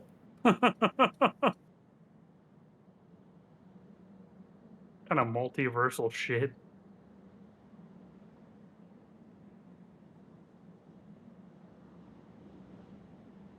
Well, judging by Epiphany I somewhat had, I do not think the universe was destroyed at least. I just think, like you said, we just kind of went through time. Well, we are not in the place that we left. Whether the place that we left was destroyed or we simply ended up somewhere else, I cannot say. Or maybe if we went through time, we are in the place we left. Just judging by what happened with me and Balrugar at this point, before any of this, any of the stuff we accomplished happened. But I guess that wouldn't make sense though. If Pip, did you tell us about your conversation with the dragon? You sure didn't. Okay, so then my theory holds because I don't know that they think that they destroyed the whole ship with us on it. So Do you And think my there's theory another one would of still these? stand. And Donlin's gonna pull off the Bane. And Could very well OOC be. for you, Adam, just one other detail. I do want to make sure that is to note what you read was not just a day, a month, a year. It was to the second. It was to the second of the minute of the hour. It was an extreme, precise chronological sequence. Okay? And that, wherever we ended up, he didn't recognize it. Well, I guess No. he wouldn't have anyway.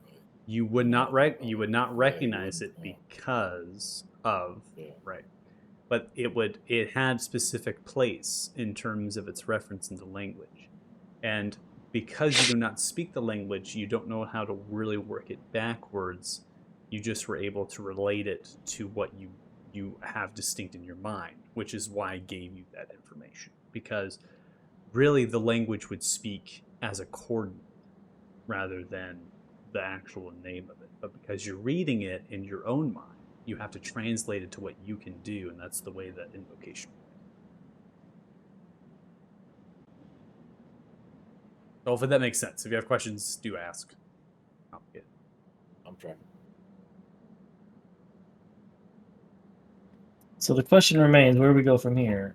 Some tells me we shouldn't go back, but forward, though. Just throwing that up there.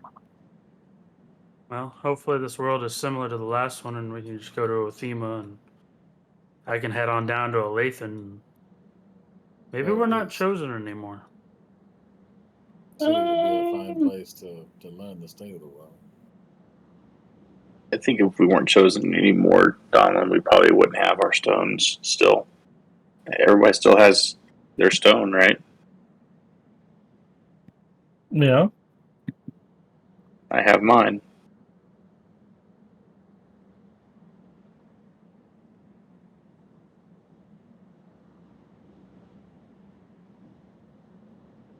I mean, who's So to it say seems- that's what made us chosen?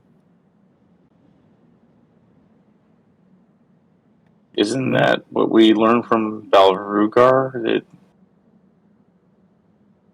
And then Pip has combined like 3 of them? Pretty sure he just said that they were very powerful and we were all immune to divination. I don't know. Y'all are talking about jumping worlds, times, like, the fuck? We just go find something to stab. I know how to stab. I just want somewhere I that's. don't understand what's going on right now. I think we just continue the trek to the next city. That's where we were going, and we should probably keep going there. Well, without our goats, how long is that going to take? Oh yeah, it's fucking time. All right, Lance, leave it up to you. Oh, that's a fucking mistake. Just kidding. Just kidding. I believe in you. Do you want me to lead? Nope. But we're no. sure not putting Donlin in the front again. What do you mean? What do you mean? Of course, you'll trip off all the traps and we won't have to step on ourselves. Find all the half giants. We're pursuing down south to where we had the caravan, right? Yeah. That one. Yeah. Get back roughly to the road and then continue heading on. Unless you guys want to go back and see if we can defeat another Duke. Good. Kill the Duke again. Let's just go back to High Rocks and murder our way. Man, it's fucking Groundhog Day in High Rock. 23 Groundhog years Day. Oh man, Nah, watch. gosh, I gotta watch the that Duke movie. not even be evil now. Well, I do Turns out need he's another an actual tome. Devout Talthar. Yo, Groundhog Day, literally, Duke Arillo is just the Groundhog. No matter how many times we try to kill him, we always come back. Mm. I think we continue on to the next city that we were going to anyway, and so let's get back to where the carts were on the road and start making our way. So as you That's head my down vote. south, Downtown. as you head down south, working yourself, you come through the thickets into some of the trees, and you're scanning from left to right. You don't see any visible damage to any of the thickets that the actual caravan had left when the one went rogue, crashing into the icy lake to the north of you. In fact, you don't see any of those wagons, and none of the destruction caused by the creature when it emerged, nor of the destruction that it left that humble trader. There's no obvious signs. I say we steer clear of the area, and hopefully it's not still around. Or one has come to take its place. Jax, you see the snow in the thicket adjacent on your left-hand side begin to shake and bramble. Slight passive perception of 24. Guys, and I assume this looks similar to what we saw last time with the thing coming out of the ground. No, you see some bramble move Oh. here. You see more bramble begin to move over here. Oh, Fucking giants. guys, How There can are- giants hide in a bush? there are The half There are people in the bushes, and I'll point out the same locations. I think we need to get ready to fight. We don't have to fight, but we need to be ready. Don't want to be caught by surprise. Can we just talk first? I know you want to stab, but chances No, are I'm going to that- stab anyway. Nolan's But pulling out the Bannerberry Listen. Zone. Listen to what I said. I just said we need to be ready to fight, so we're not caught by surprise. If talking is what happens, talking happens, but we need to be ready. Donlin, you step forward, drawing the bane of Oh, your God. phone. You see a hulking wolf of white fur with bluish crystals, blue eyes, breathing frost. Its teeth dangle with blood. Looks towards you. Lowers its head down. Begins to snarl at you. Does not attack. ooh, I want to talk to it. I'm just gonna point the Bane at it. Point the sword. Never roll initiatives, please. Damn it. Oh, I wasn't trying to fight it. I was just pointing. You don't attack me, I don't attack you. Defensive posture. I am on the fucking initiatives tonight. Jesus, man. You got my rolls from the last couple of weeks tonight.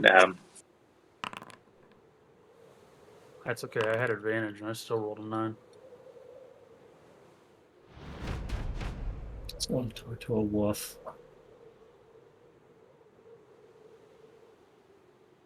Okay, Jax will clearly talk to it.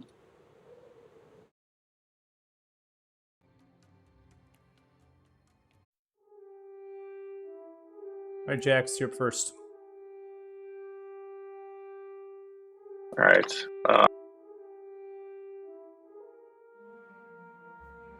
Oh man.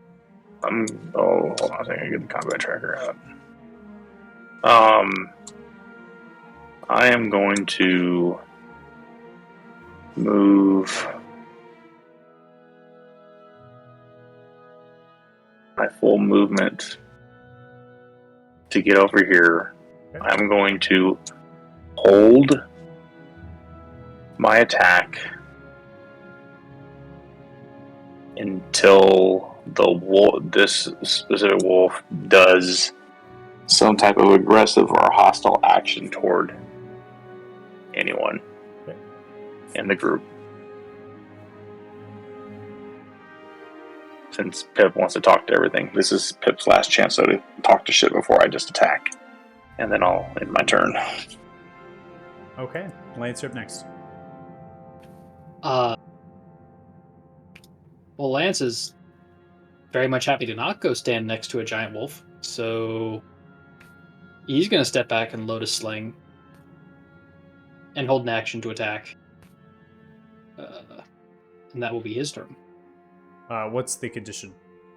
Hold the action to attack if the unknown NPC wolf-looking thing moves to attack a creature on its turn immediately after me.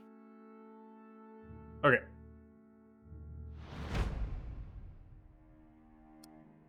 Now come to the one, noticing you, Jax, moving to the thicket on its left-hand side. It begins to pull back slightly, slinking itself as it moves. It looks towards you with a mouth raised and a gaping frost breath. It begins to speak towards you, calming.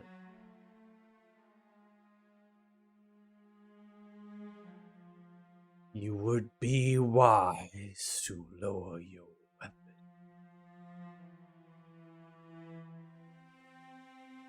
See, it lets out a small howl. And here comes the rest. More movement in many of the thickets on this map. The pack is here. We have had our meal. Don't make it another.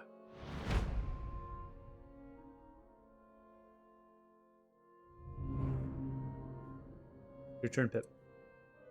Oh, he speaks common. That makes it easier. Pip is just gonna kind of raise his hands and walk a little bit. Well, maybe. Why can't I? There we go. Walk a little bit closer with his hands up, slowly. See a little closer. Just be like, "We mean no harm. You just startled us, is all. Who do I have the honor of speaking with?"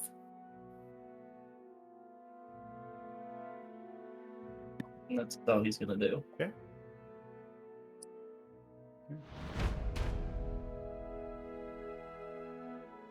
Rip. All right, Donald. Well, seeing as how it's not attacking and everyone wants to talk to it, I'm just gonna keep walking south. So, Donald, as you come walking south, make a perception check.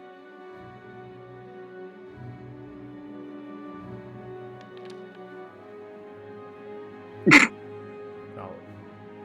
You trip over your own feet. I just walked over a wolf, dude. Yeah, and I'll be ready in action for if a wolf takes a hostile action within reach. Okay. All right, Kanan.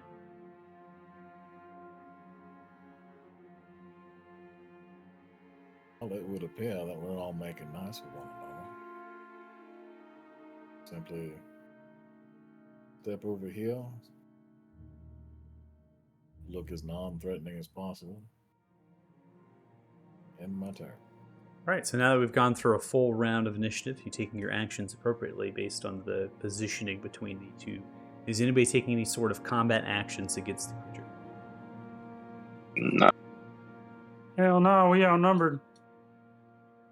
Okay. This is going to be the end of combat. Alright, cool. It was nice meeting you, Mr. Wolf. Donlin. As you continue to press forward, move your token, please. I saw the drag ruler. It was coming. Donlin, continuing to move forward, you now can hear the sound of crashing trees to the south. And Oh, a bitch. large, hulking figure begin to pull itself through. Oh my god. Oh, bitch.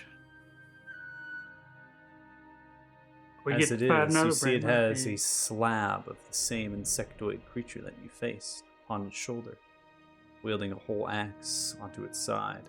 There's other shifting of snow around it. Looks towards you, covered in draconic bone armor, a large mane of hair draping around the back. Continues to move forward, crushing into the snow and the ice and the earth. Donlin's gonna use Giant's Might out of habit. Unfortunately. Gonna be a gym bro dude. Just gonna be like up in his face. You Ah, giant it's- smite growing inside stares at you. It lowers the head. Warrior Thrym, what giants gave you magic? Or did you earn it in blood? I fought in the Colosseum, or the arena, as you would all call it. Slavery, more like it. Fuck, I don't remember how to pronounce this. Your clan. Clan Warsog. See anger across the face. I feel the same.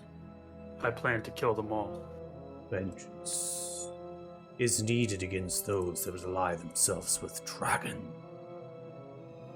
The fires of Thrym's very first tenet. Sees the hide of the creature still carried over the shoulder, continues to move forward, ignoring you, regarding you perhaps as a neutral party. Sees Is the your walls town near small, here?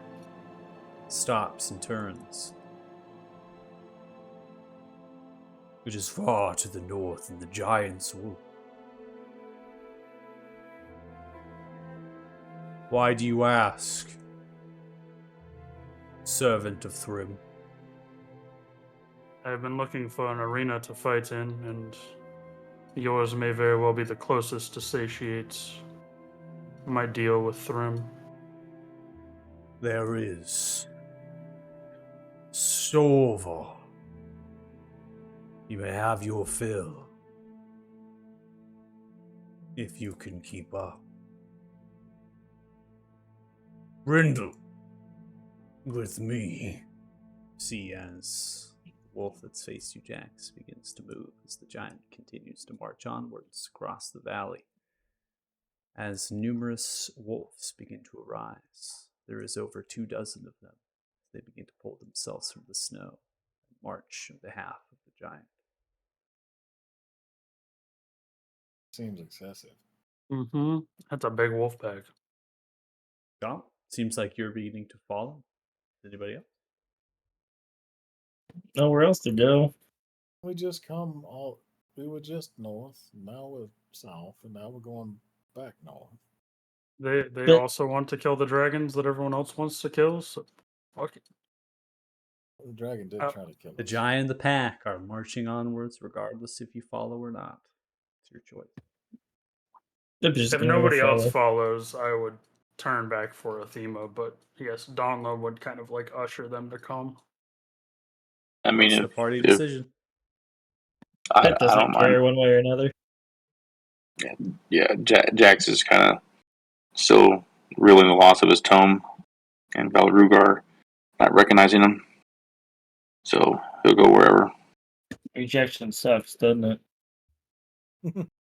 Mm-hmm. Yeah, I guess we're following them. All right. So as we start to follow the frost giant and the pack, this is where we're going to go ahead and end our session. What the fuck? Always Something a tells me the surprise, kid- right, Deuce? Something tells me It's the never kid wasn't same. supposed to die. It's never the same. To be it's fair, I different. did not expect tentacles. Fucking Oh yeah, I did not. Yeah, that was impressive. I love it. Very in character. it was. I respect it, but I thought the kid could tank one hit. I was like, he can take one hit. He'll be fine. you do You- realize you that each one of your amplified it. hits Yeah, does you like amplified 20 it. something damage, 2d12. right? Well, the amp I needed for the range. I love the justification. Absolutely smoked that kid. No second. Yeah, thoughts. this little 8-year-old boy, he's definitely going to be able to take 2d12 plus my charisma modifier. It was. He's so dead, Jim. I had made the character decision to do that, and I was thinking at the time that I could choose targets, and then I got up there and was like, "Oh wait, I can't." And I was like, Wait. "No, fuck it, he would do it anyway." Yeah, I mean, specifically, I told you that, and I was like, you really can't pick it. Well, there was like I thought there was one ability that you could, but I couldn't remember which one it was. It's not one of the ones I have. But anyway, yeah, so I was like, but he would do it anyway. And then my thinking was like, he'll live through the first hit. I'll push him out of the range, and then the second hit won't hit him. I wasn't expecting to just obliterate him in one shot. Yeah, you murdered a child. It's all imaginary, right? You murdered a child in the past. And you told us it was the past, which means you actually murdered the child. I am still kind of confused on the timeline of everything right now. Yeah, so The if you're universe watching doesn't this exist anymore, stream, it's we fine. do not promote murdering children. Okay? Don't do that. We don't Yeah. promote it. So don't do it. Even if you're not sure if they're real or not, you don't murder the kid. Unless she's coming out of a well drenched in water. Out Yeah, I of mean, a if the teepee. kid's trying to murder you, that's self-defense. But, like, if the kid Somebody is kills the running, kid. don't murder the kid. Crying out for their mom. Yeah. Fucking ruthless. Only in this game. Would you ever No, feel only one of Adam's characters.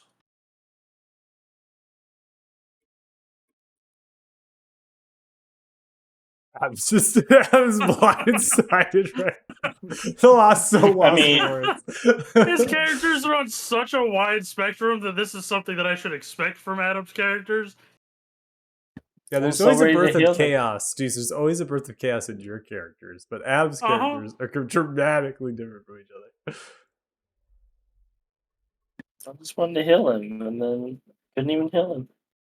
All right, so we have 1,586 experience each, puts you all at 16,273 experience total. What the fuck? All right, well, if you're watching the stream, thanks so much. Really appreciate it for Group 9 as they get into, I don't know, more stuff. A brand new world. Brand It's a new whole world. world. Yeah, basically starting we're on over. Magic Carpet Red. We will try to be getting the party up to 6 players. But actually, based on your position stuff, that might not be happening just narratively as well. Regardless of that, though, if you are interested in watching, you are more than welcome to hop on to our community Discord and apply. The links are all there. So, more than welcome to hop on if you'd like to play with us. So check us out Fridays at 5 p.m. PDT if you want to see more. Thanks so much. And bye. Bye, Chad. Ah.